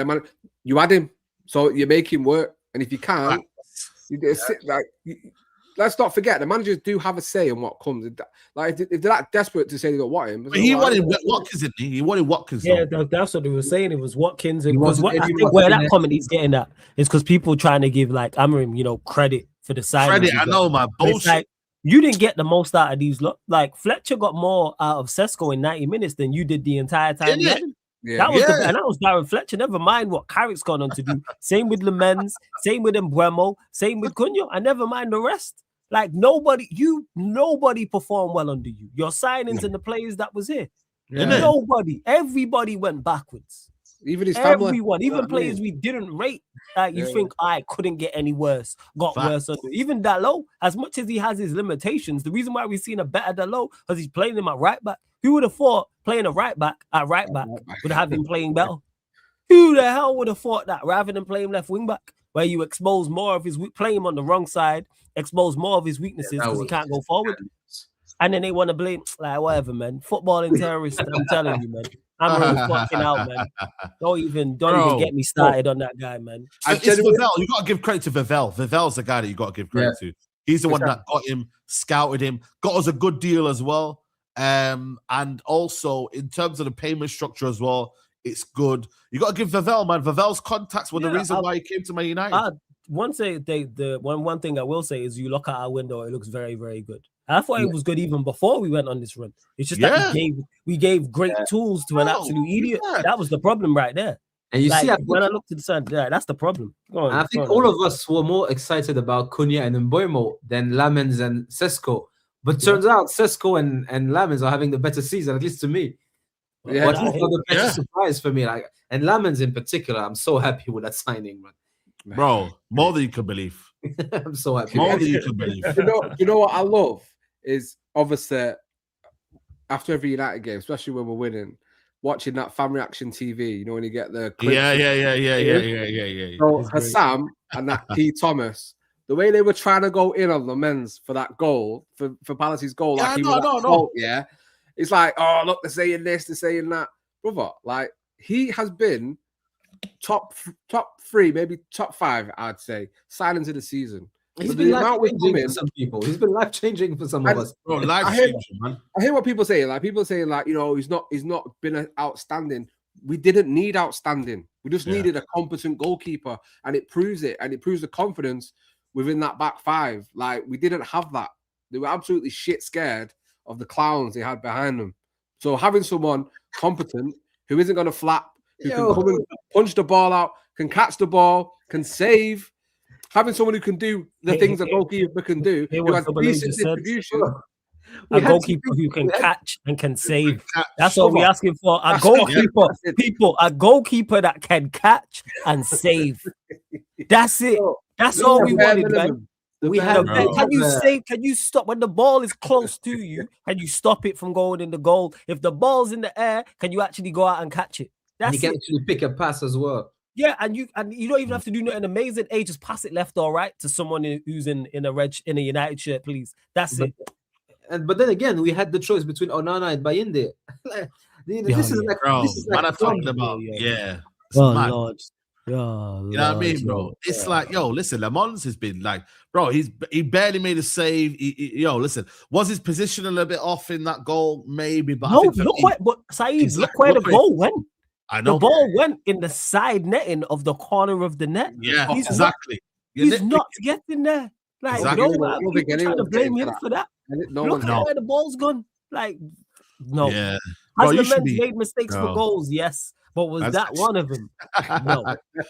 I like this. Big up to Lopsided. Thank God you didn't put a space in that word, by the way. Yeah, boy, it's crazy, man. But honestly, like, man, I just think for me it's night and day, bro. Like the difference between them two, man. You know what I'm saying, bro? Like it's changed our lives, bro. I think we got to give credit to Maguire as well. I mean, there was a certain topic on the Man Them Talk about discrediting Maguire. I said, bro, when you've got Maguire as an option off the bench and he gives you them performances, man, I think Maguire's overhated, man. I really do, man. Especially in the last 2 years. I think he's a bit overhated. Cool, don't get me wrong. When we all cussing him out about 3 years ago on the Ollie and them performances, don't get me wrong. But the last 2 years, man, like he's a bit overhated though, Maguire, man. If Maguire doesn't play option, he's and he puts a foot in wrong. Let's be honest. No, it is. It's because his mistakes are really memorable. Yes, that's the problem. Thank you. That's why, like, when he fucks up, like, you remember him, because obviously you're playing centre back, so more often than not, it cost you a goal. But you remember they stick out. They're not quite mistakes. That's where the problem is. Eddie. Listen, I can hold my hand up and say my bad. I was probably after Ash the biggest. Yeah, Ash is a big Maguire hater. The biggest. But do you know why? Because I agree. I can't give you my reasons, and it's probably been hard for me to forget it. Right? You should even be talking. He comes in before, but go on, carry on. Yeah. He comes in for more than Van Dijk. Say what you want about Van Dijk. Obviously, clearly. Go for it. Right after again us trying to steal a player off Manchester City, right, and paying over the odds like we did with Fred, right. 6 months in, he gets given the captaincy of Manchester United, right? Not proving himself to be a player that should be a captain, gets given the captaincy. The mistakes, and maybe it's I read the situation wrong. He almost seems to have a bit of an arrogance once he got the captaincy. We're looking at him around Old Trafford, seeing him at games, had this little bit of arrogance, like he was, like a Keane, like a Stam, like Vidic. These players that have held the captaincy at Manchester United, and the price tag didn't match the performances. I know you should never link, but you think you put, the most expensive defender in the world at one point, you should be showing that on a regular basis, and he wasn't. And he's very limited. You look at the pace in a fast league. He made it, having to play deep. He wasn't great. And then, you look at the outside stuff that he did when he was abroad and stuff like that, and then the hate and the celebration in a meaningless game at England to try and stop the hate at United, and it just reason after reason, and a lot of it does boil down to your frustration at Manchester United, and players sometimes bear the brunt of that. Do you know what I mean? But that being said, what he's done since the armband was taken off, and since the pressure kind of went off him, taken out the team, and Ten Hag almost had him on the ropes. He was almost gone on that. Was it the first season under Ten Hag? Yeah. He wasn't playing him at all. Wasn't. Got injured, and then you start to miss him when he's not there, and you start to see that maybe he is a positive influence within the changing room, and you believe in now the players all wanting to stay, or even if it's on a reduced contract, which it should be anyway. So listen, I've got nothing but admiration for the way he's handled himself, handled the situation. I agree with that. Proven to be, and I don't like the fact you put him up top to try and score a goal. I hate that tactic. It's not 1980. We shouldn't have been doing it with McTominay. We shouldn't be doing it with Harry Maguire. But that being said, he's dangerous in the box, and he scores us goals. He scores important goals. He scores winners. And yeah, we said it last week. We had the whole conversation about why I wouldn't give him a contract, because you look at Heaven and Yoro, I'd rather the minutes go to those two. Let's build them up and get them being better. And if he can accept being fifth choice, which I don't think he will, because I think, and it's not a bad side of a mentality. It's the mentality to know I can play every game and I can be an important player for you. And if he can go and do that elsewhere, like we look at Palace today, could he play there?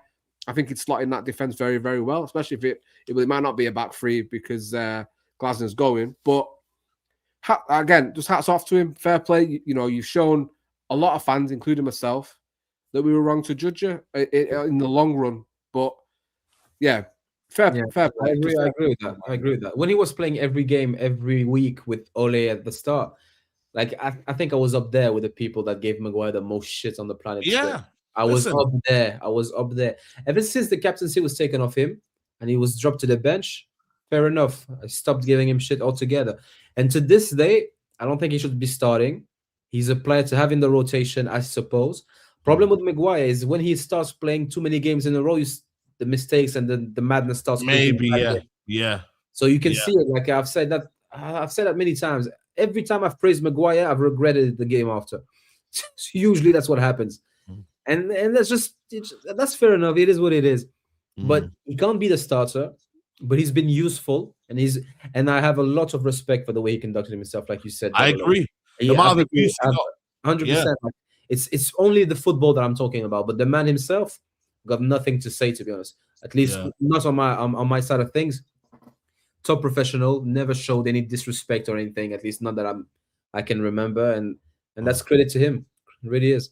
Just like McTominay, same thing with McTominay. I wanted him to go. Yeah, but I wish him the very, very best. I agree. I agree.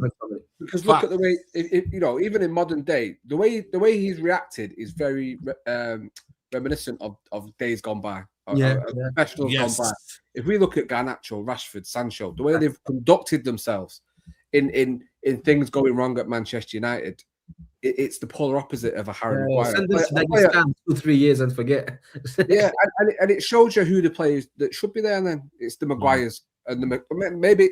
I would with you. McTominay should have gone, but look at the way he speaks about United. Exactly. Like, even the interview, positive. I love the club. I'm happy. I'm buzzing. Compare it to other people that talk, freedom and all this bullshit. Totally different. Exactly. We had Rashford. Rashford was harassing Barcelona last summer.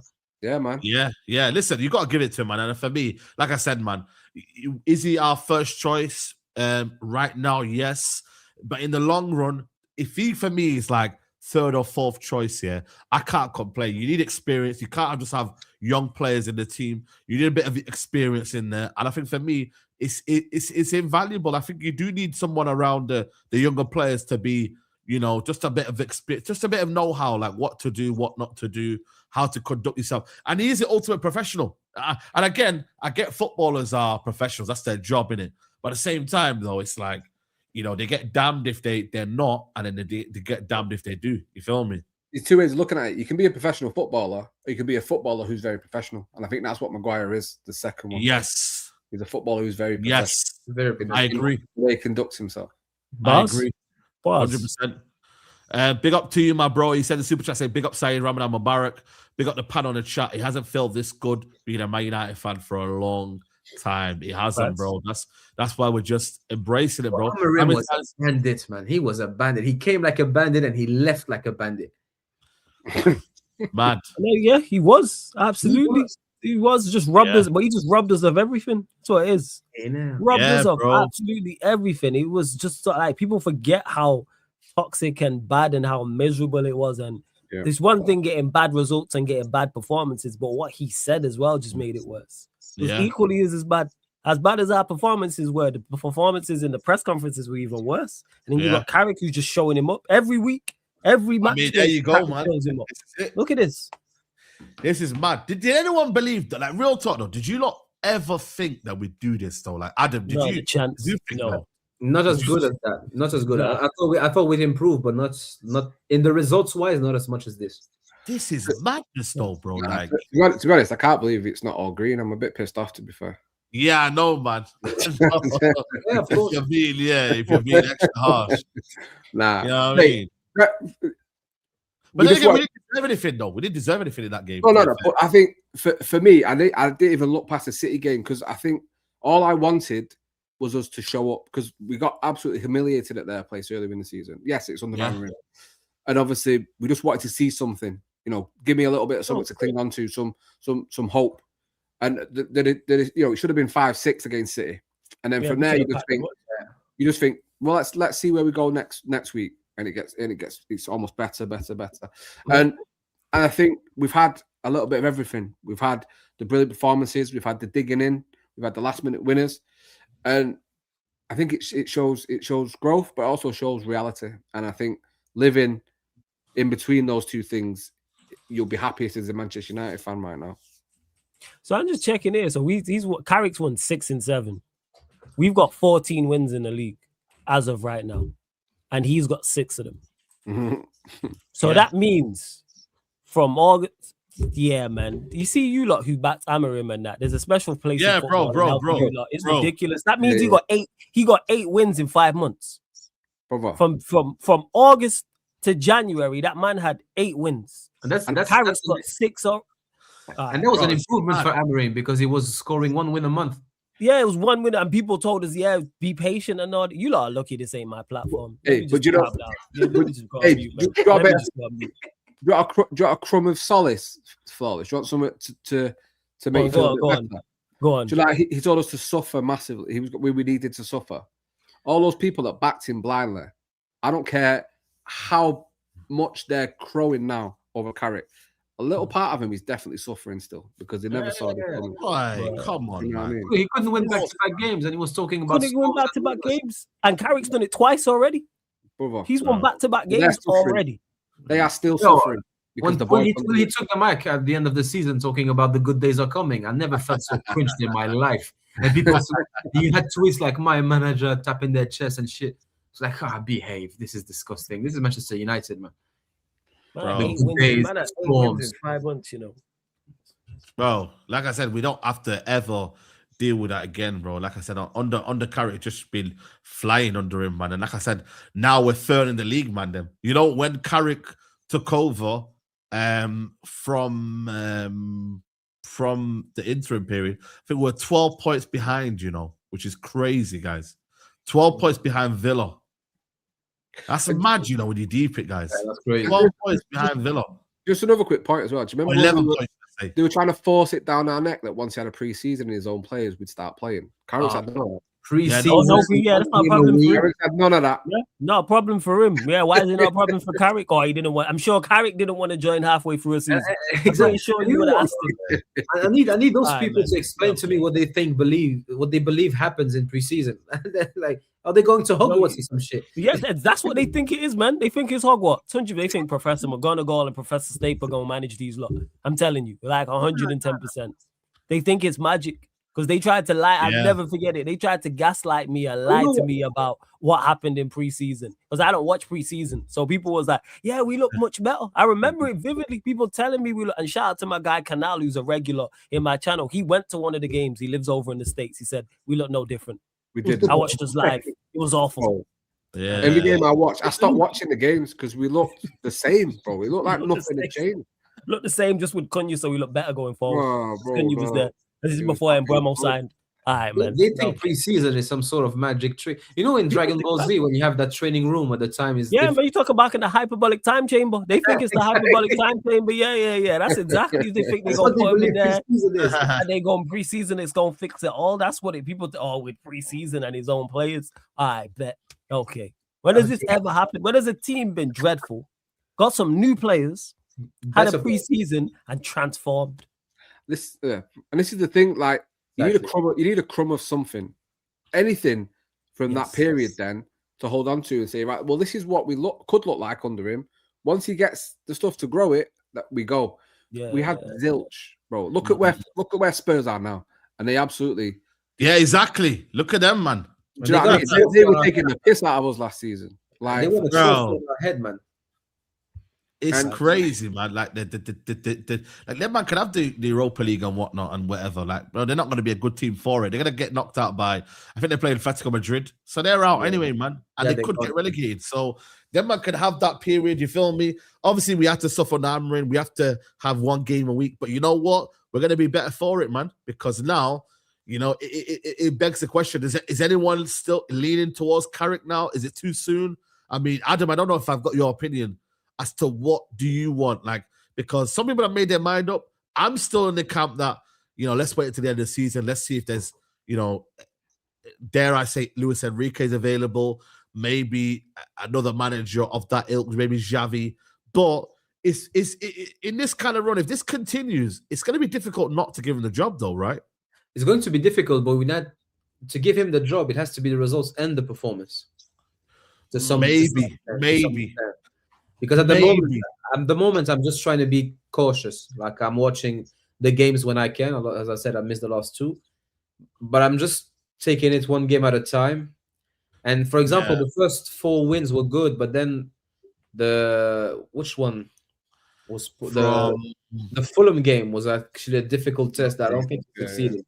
I don't think he. In that game, we could have been 3-0 up, and then it'd be a different scoreline.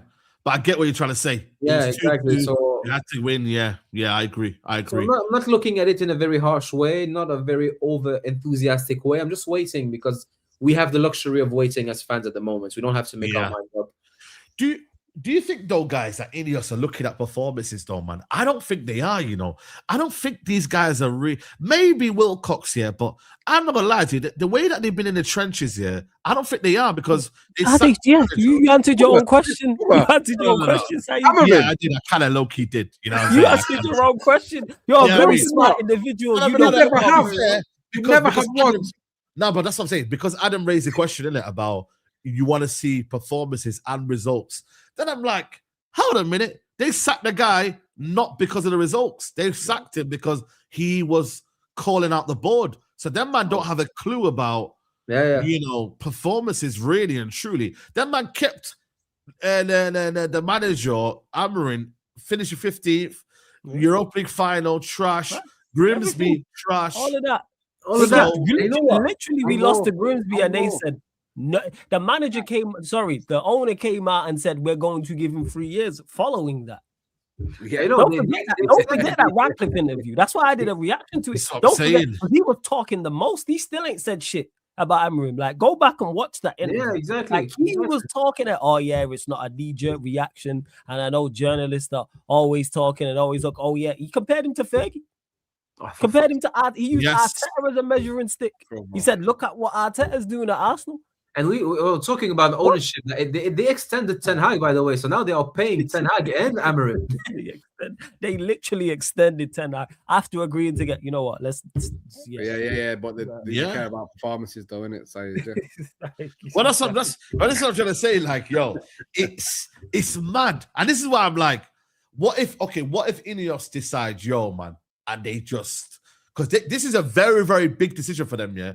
They could really, really upset a lot of the fan base, because if the guy that comes after him is not the guy, and they've done that with Amorim, then you're looking at Carrick and thinking, wow. But then they've also got equally big decision to make, that if Carrick gets a job, but then isn't the same guy as the interim period, then you've got to outweigh everything right now. My thing is right now is that unless you get a top manager, I think for me, changing the camaraderie, changing the dynamics, is it worth it because of the fact that, you know, we don't have a preseason. We don't have a big preseason.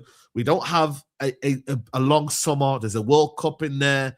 You know, we're barely getting a preseason in. You start the season straight away. You haven't got the understanding that maybe Carrick has. And I think football's about understanding, man. It's about learning what people's strengths are, what people's weaknesses are. Look at Igor Tudor, man. The guy's come in, bro, and he's already complaining about, I don't think these guys have to fight, and da-da-da-da, and you know what I'm trying to say? So you can get it horribly wrong. Yeah, I knew that would be bad anyway. He wasn't great at Juventus, bro. That's what I'm saying. Yeah, you know, because you watched him and that. I saw. I'll just be watching him now. I just scored a last minute equaliser. I saw that coming, and Spurs have been terrible, and it needed someone for like what we've done with Carrick. Maybe it needed someone within the club who gets the club to come in and kind of batten down the hatches. But like I said last week, I think there's no one in the Premier League I'd give it to over Carrick. I think if you're going to look in someone with knowledge of the league, I'd give it to Carrick over anyone in the Premier League right now. You know, you look at Enrique. If you go in for a manager that's not Carrick, it has to be one of the best in the world. It has to be someone with the top level pedigree. That doesn't matter what league they come into, they're going to be good. Has to be someone like that. Is Enrique the only one in world football you'd give that to right now? Possibly. Could we get him that? You know, again, Champions League depends on that. I think a lot of it.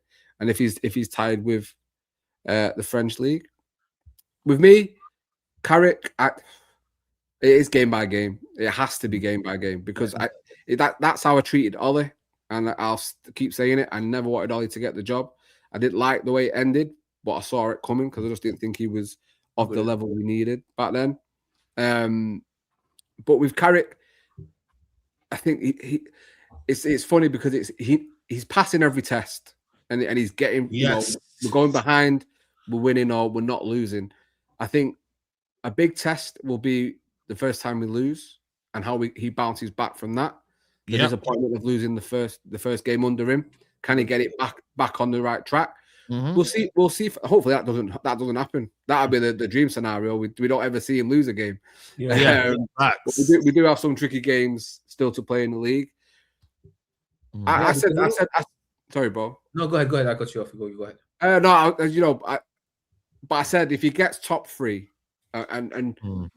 just we did say it, but to back up what Adam said, results and performances, given us something that we could see with some backing and not a preseason. I'm not going to go down the Amorim route, but a bit longer in the job for him to work and build on what we're starting to see under him. If it's consistent. We may be losing games, but the performances are still decent enough.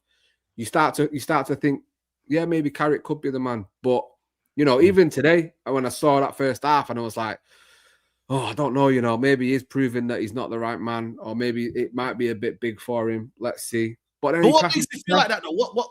This is you, but it feels like Carrick can't have a struggle. Carrick can't work it out. It feels like it's almost as if, like, you know. Like, what if you had the best manager in the world and he was figuring to work it out? Like, is it because people don't predict or don't think that Carrick has a tactical nous? Is that what it is? I think it's the Ollie thing. I think that's where it is. I think Ollie has messed this up for Carrick. If I'm Carrick, a lot of the scrutiny I'm getting, I'm pissed at Ollie. Like you did so bad. His coaching squad as well. So that's you did so bad. You fucked it up for the rest. all ex-players at Manchester United. That's what it is. I am doing fantastic. I have one blemish on my record. I've got many more decisions I've got wrong than I've got right. I've done much, much better than general consensus. I can really do no more as of this point. I have won 6 out of 7 games. I have beaten City. I have beaten Arsenal. I've beaten Fulham. I've beat Spurs for the first time in 4 years. We hadn't done well against Palace. I'm doing all of these things. Yeah, all of a sudden, but because you did so bad, now I'm getting it. Like, that's what it is. It's kind of like, I don't know, you work at a place and then you recommend one of your brethren to get a job and he does terrible when he gets there. They're never going to take one of your recommendations serious again. Never. Kind of like that. And you know, That's another thing I think we need to be cautious about is we always complain we don't get a new manager bounce. So we should not fall into the trap of mistaking the manager bounce for actually something good. Yeah. So that's why we need to wait and to see when the bad patch comes in, how he deals with it, how he adjusts, how he, like, when we, just like you said, Double A, what happens when we lose a game or two? How does he manage and adjust to that? So that, I think that's important considerations. That because go on. No, just now we have a good period with the manager, but it's only been 7 games, has it? Yeah. So that's basically a new manager bounce by the definition of it.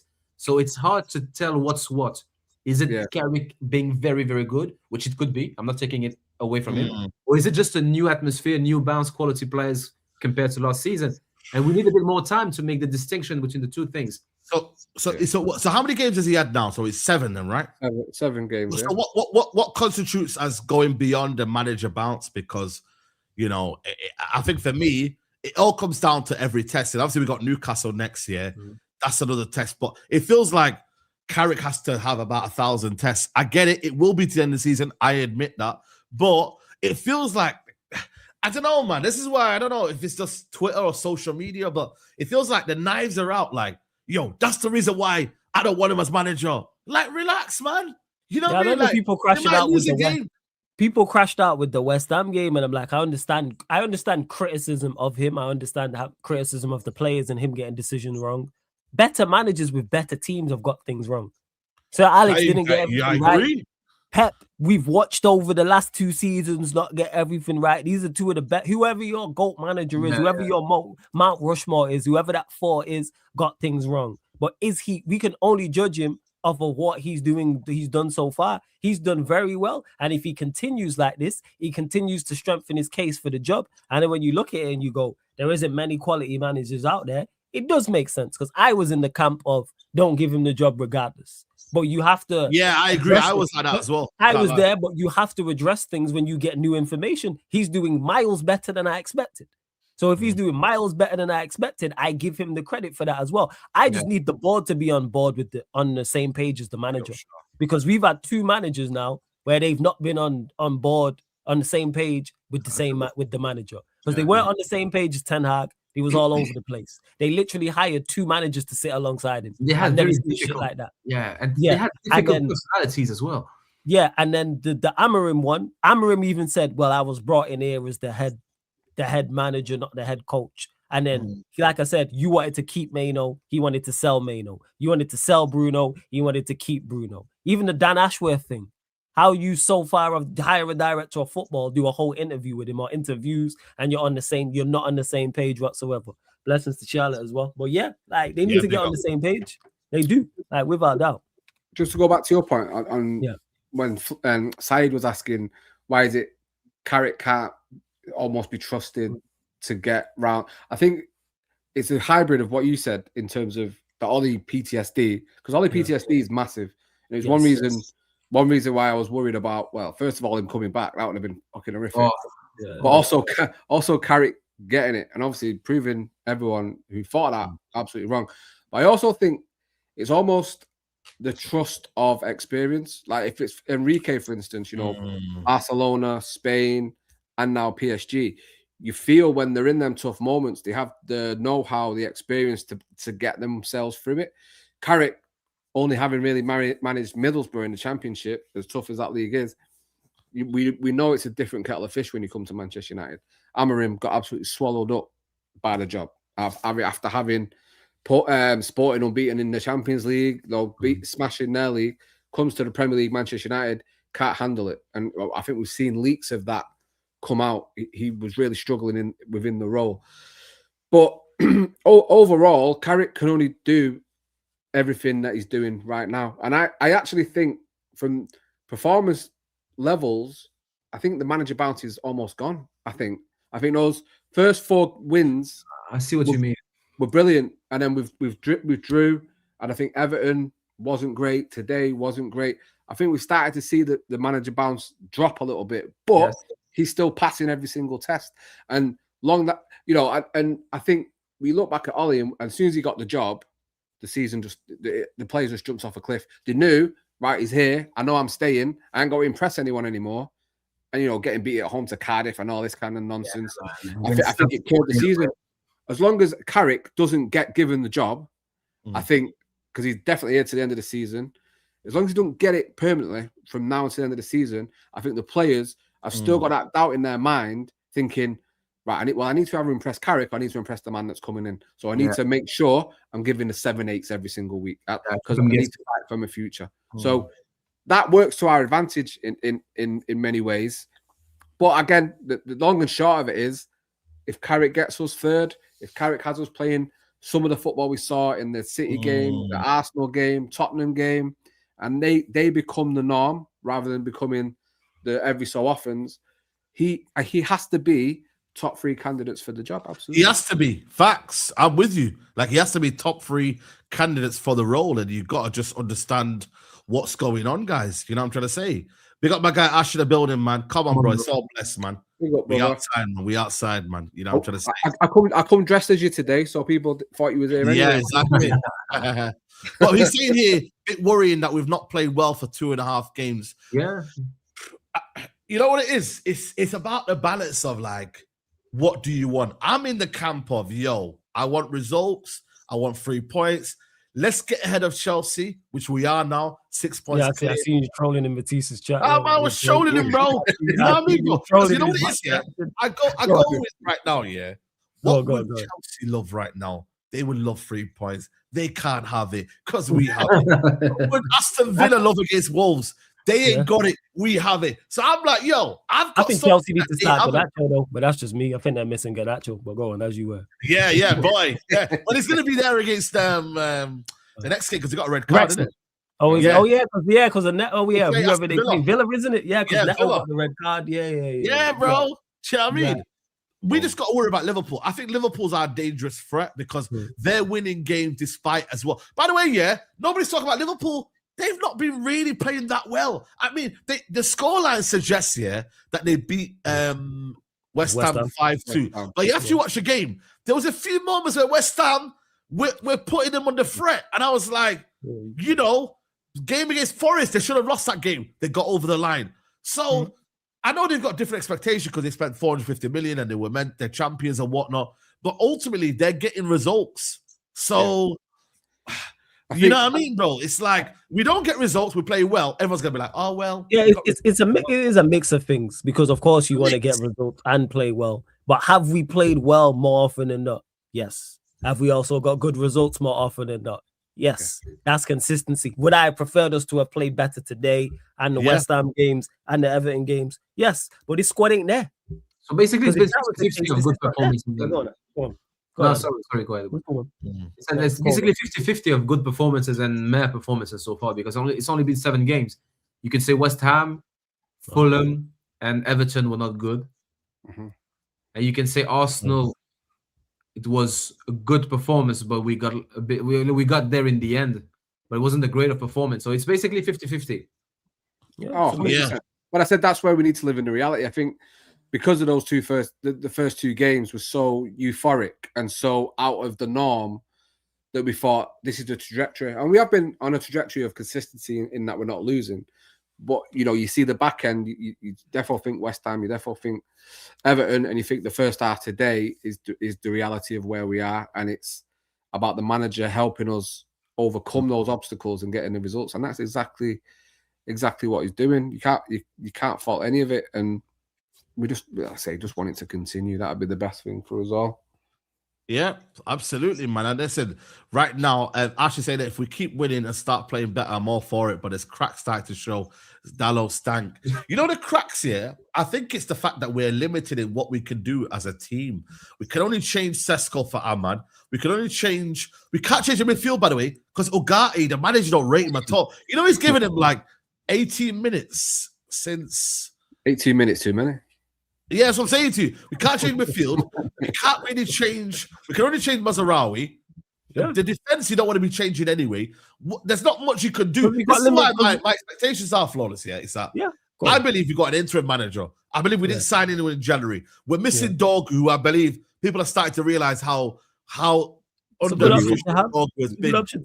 So you've got a lot of things there that you can't, and you got one game a week. So I believe, you know what it is as well? With the one game a week here, because United don't play every week here, everyone's expectations gone even more bigger because now we've not played a week here. So it's almost as if like now, man, I waited all that long for this. So, you know, but if we had 2 games a week, it's a different sort of expectation because you're like, right, cool, you've won one game, but you've drawn 1 game, or you've won 2 games this week, but you've not played well, but you got the results in a tough week. So it all comes down to everyone's kind of viewpoint of where does your expectation come from? Is it a case of you feel like we're going to lose next game? If that's the case, is the loss coming around the corner? Maybe. I believe there is a loss coming, guys. You guys have to realize there is a loss coming. Right, you don't think we're going undefeated to the rest of the end of the season, man? I'm saying undefeated end of the season, man. What we saying? It could be. It could be. Go, man. But there is a defeat coming. I don't know when. I don't know how. But Yeah, that's the there's a game. defeat That's the game. coming. Yeah, it's the game. Last game of the season when we come second. Yeah, last game of the season. Yeah, when we're on the beach. I'm top 3 secured. You know, man. so It is. I have to say, Go on. I was going to say, like, you know, we said before Amorim got sacked, we were saying it was there for us. Top 3 was there for the taking because of how inconsistent the league has been this season. All it took was for one team to grab a little bit of consistency, and you will start to see them climb up the table. We are the team that have done that, yeah? Like, and I can't believe these fans out there moaning about it. Like, they were expecting 10 out of 10s, like the old United want to start coming to free-flowing, attacking, solid, great midfield performance. They're expecting the standards they did not have for Amorim. Amorim didn't get backed in the summer. Let's not forget that. He didn't get backed in the summer and the squad's off. But now all of a sudden you're expecting 10 out of 10 performances week in, week out. You said it already. You said it best, Saeed. There's limitations in the side. There you go. It's not. This is not a title-winning side, people. It's not a week in, week out, 12 out of 10 every single match day. No, look at the team we have. It's not. But you know what? The bottom line is, despite the ups and downs, even with us not losing, despite some of the frustrating first half performances, 90-minute performances, I'm enjoying every fucking minute, boys. I'm actually enjoying being a Manchester United fan. At the end of the day, that's all I give a shit about. And that's not what I've not had that once under Amorim. No. And I'm talking Ipswich away, his first game. It was shit. It never got better than that. You know, you look at small moments, Liverpool away this season, but again, took a last minute goal from Maguire to get us that.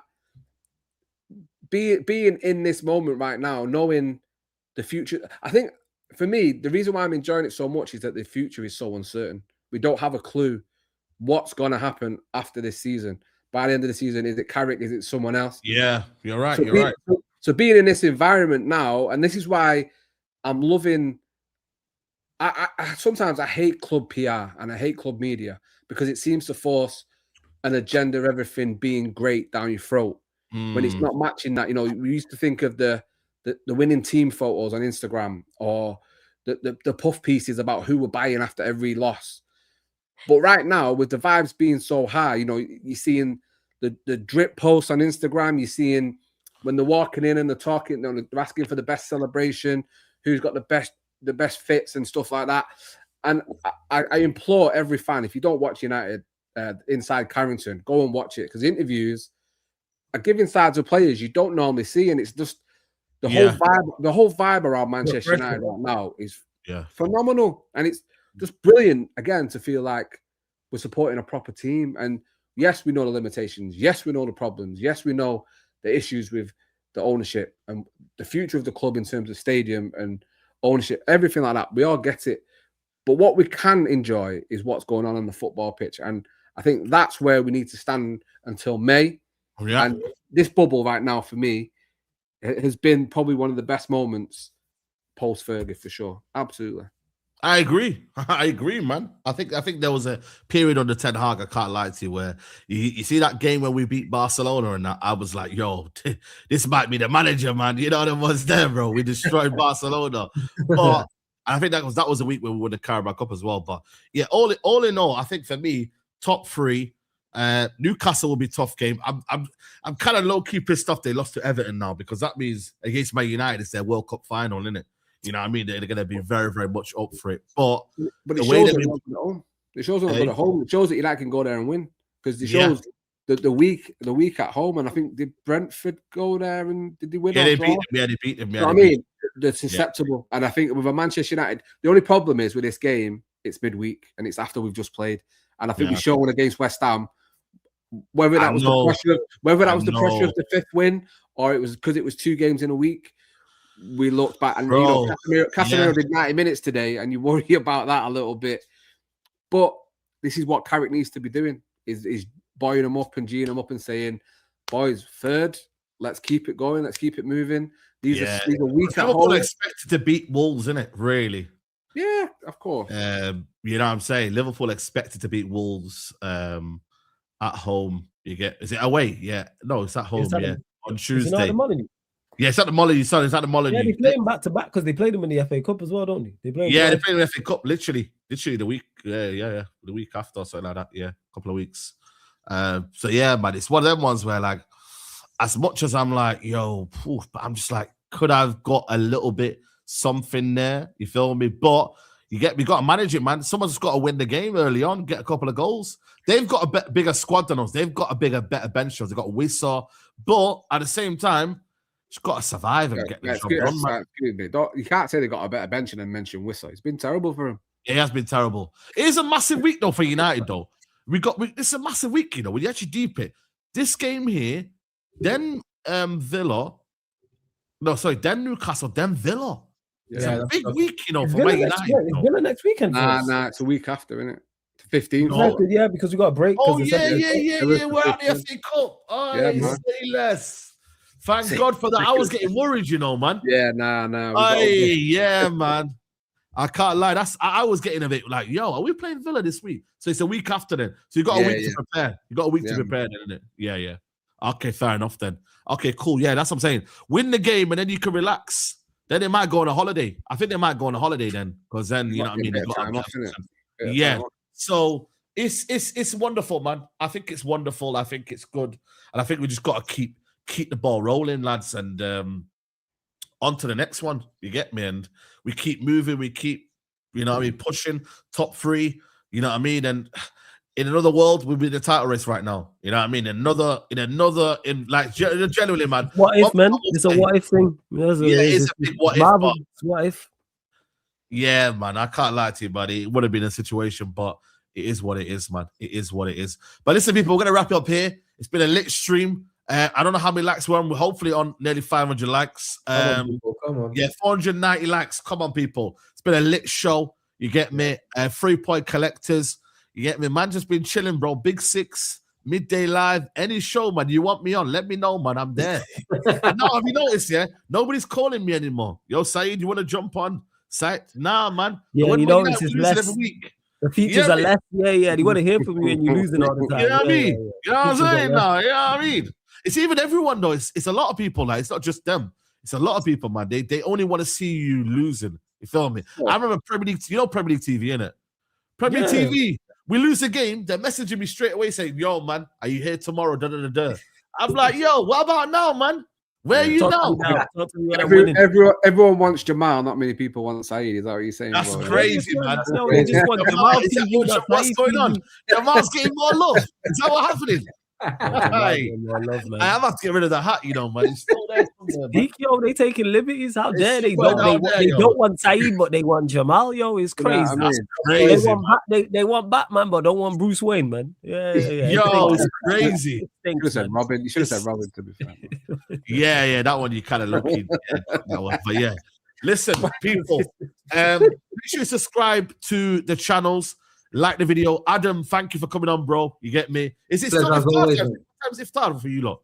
I'm going to get ready for my iftar in 20 minutes. So There you go. Our Big timing is impeccable. Yeah, big up to you, man. It's flown by the last 2 hours at least. Yeah, You know what I'm saying? exactly.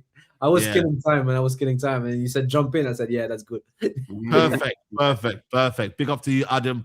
Love Double it. A, always love, bro. Come on, man. You already Yeah, know. man.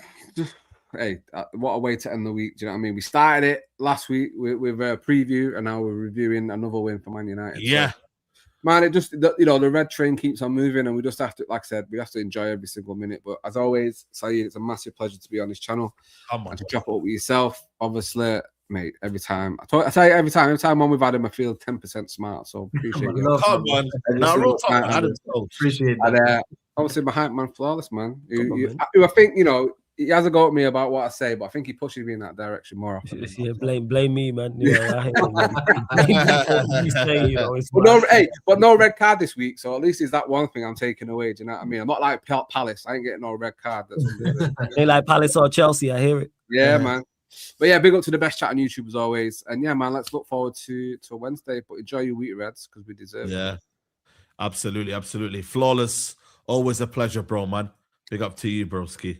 Yo, first and foremost, as always, blessed for having me on the platform. Appreciate you every single time. Saeed, shout out to the chat. Big up Double A. Big up Adam as well, man. And yeah, man, just again, always look forward to this show. And it's even better being able to do it when United are winning. Look at the happiness we spoke about here. Look at the happiness and joy and the smiles and just how much better the energy, even the way you introed the show initially 2 hours ago, Saeed. Like, that's where it is. 6 wins in 7, and we're all smiles and all happy for people like, oh, you lot just want to be next. No, this is what we wanted. It was Manchester United to just go and compete on a weekly basis. And we're actually doing that and winning games. So hopefully it continues. Hopefully next time we're back here, we're talking about a win at Newcastle as well, because we ain't won there in, I think it's been what, is it like 2021 or so? 2021, yeah. There's a lot of clubs like that, man. Yeah, what is it with 2021, man? What happened in 2021, guys? Like, it was lockdown, wasn't it? It was lockdown. Ollie, man. Prime Ollie, yeah. So yeah, we need to go to Newcastle. Other teams have gone there and won. We owe them lot, so let's go beat them. Yeah, man. There's a lot of clubs, man. We haven't won since 2021, man. So yeah, we need to get that under the roll, man. We are going to be redirected to Flawless. It's the Arsenal show, right? Yeah, United Arsenal show. Make sure you subscribe, Sarcasm City TV, people. Come on, people. I'll be back tomorrow midday live. We're gonna cook Don. And there's George, you know what I'm saying? Are you not still cooking George, man? You are allowed George, man. Bro, listen. You are allowed George, man. Nah, bro. Lashings, talk about kicking somebody when they're down. Look what he said. We're going to have him and Saw. We ain't worried about no Zubi. Ain't worried about no Zubi do, fam. He's a joke, man. Yeah, let's have it right. Igor Tudor, record, first couple games. He's never lost his first game in charge. Never. 6 wins, 1 draw. See what I mean? Yeah, so we have to cook Arsenal, though, man. I'm with that. Yeah, no, but bro, man, I don't know his club. I don't know his club. Yeah, you look at the eyes. He didn't believe a word he was saying. You gotta let him get gas, man. You gotta let him get. If you can get gassed, then I can cook. You feel me? No, you live with the consequences, don't you? That's what I'm saying. No. Turn up the gas. You gotta expect to get cooked, bro. That's what I'm saying, bro. Man's legit in a relegate. Like they could get relegated. I would love it if they went down. I would love it, but I can't. I would love it as well, man. Hey, what's gonna happen? Saeed, what's going to happen to Tobes, though, if they get relegated? Serious question. No, he's still going to be on the show, but it's just going to be championship as well. You have to do a championship as well. 2 shows. You have to do one on Premier League and 1 championship. So you see that because they play. I know you cut it out. They play Forest and they play Leeds. Like they have to win those games. Listen, Big 6 championship show might be the biggest in like Sky Sports. It will. You're gonna have to do another like 8 shows a week, though. Bro, you're gonna have to. Yeah. Yo, trust me. There's some big teams in the championship as well. Like there is some big clubs there also. Bro, trust me. You have to create like a, Big 6 like championship extra. Like 5 others. Something like bro, that. You have like 5 others. I'm Yeah, watching trust it, me. bro. Like if you look at the championship, I'm sure there's some big teams in there that you look at Bro. and you go, all You know right, what's going to cool. be funny? Like Put when him in there. Turkish can't make it, yeah, they've got to get a fan from Birmingham in just to replace him instead. Do Yeah, you know what I mean? See, you got Birmingham there. I'm looking who else is in there, right? Like big clubs. You got Blackburn Blackburn. Rovers. Yeah. Yeah, man. You got Blackburn QPR in Norwich, there, Preston in there, Norwich, yeah, like yeah. Watford. Yeah. Bro, listen, we will be there, man. We will be there. Crazy, You know what I'm saying? Crazy, bro. What's he Yeah. saying? Is he genuinely stressed about it? No, he's actually put his title. Go and check his title. He says Go. we could get relegated. He's actually admitted it now. Like, you know, he's fearing the worst. You know, yeah, he knows, but he knows it's relegation is coming. That cookie where he left the stream last week was one of the best moments on Big Six for a long I time. know. I see. Yeah, that was crazy. So, I can't- You just bullied do you know him, how yeah? good it was? Do you know how elite it was? Yeah, you rarely ever see a clips channel put out a 45-minute video. That's Yeah, I how know. much. Yeah. That's how much. I know, bro. Like, what? This is almost a podcast on its own, bro. Like, it's half the Bro, show. I'm telling you, this is what I'm trying to say, man. So yeah, man. Shout out to Big Six always, man. Big up to Big everyone up, man. in Big up, Hope, supporting the channel and whatnot. But yeah, guys, head over to Sarcasm City TV. We'll be back tomorrow. Take care. Have a good evening. Man United, third 3-point collectors. We're out.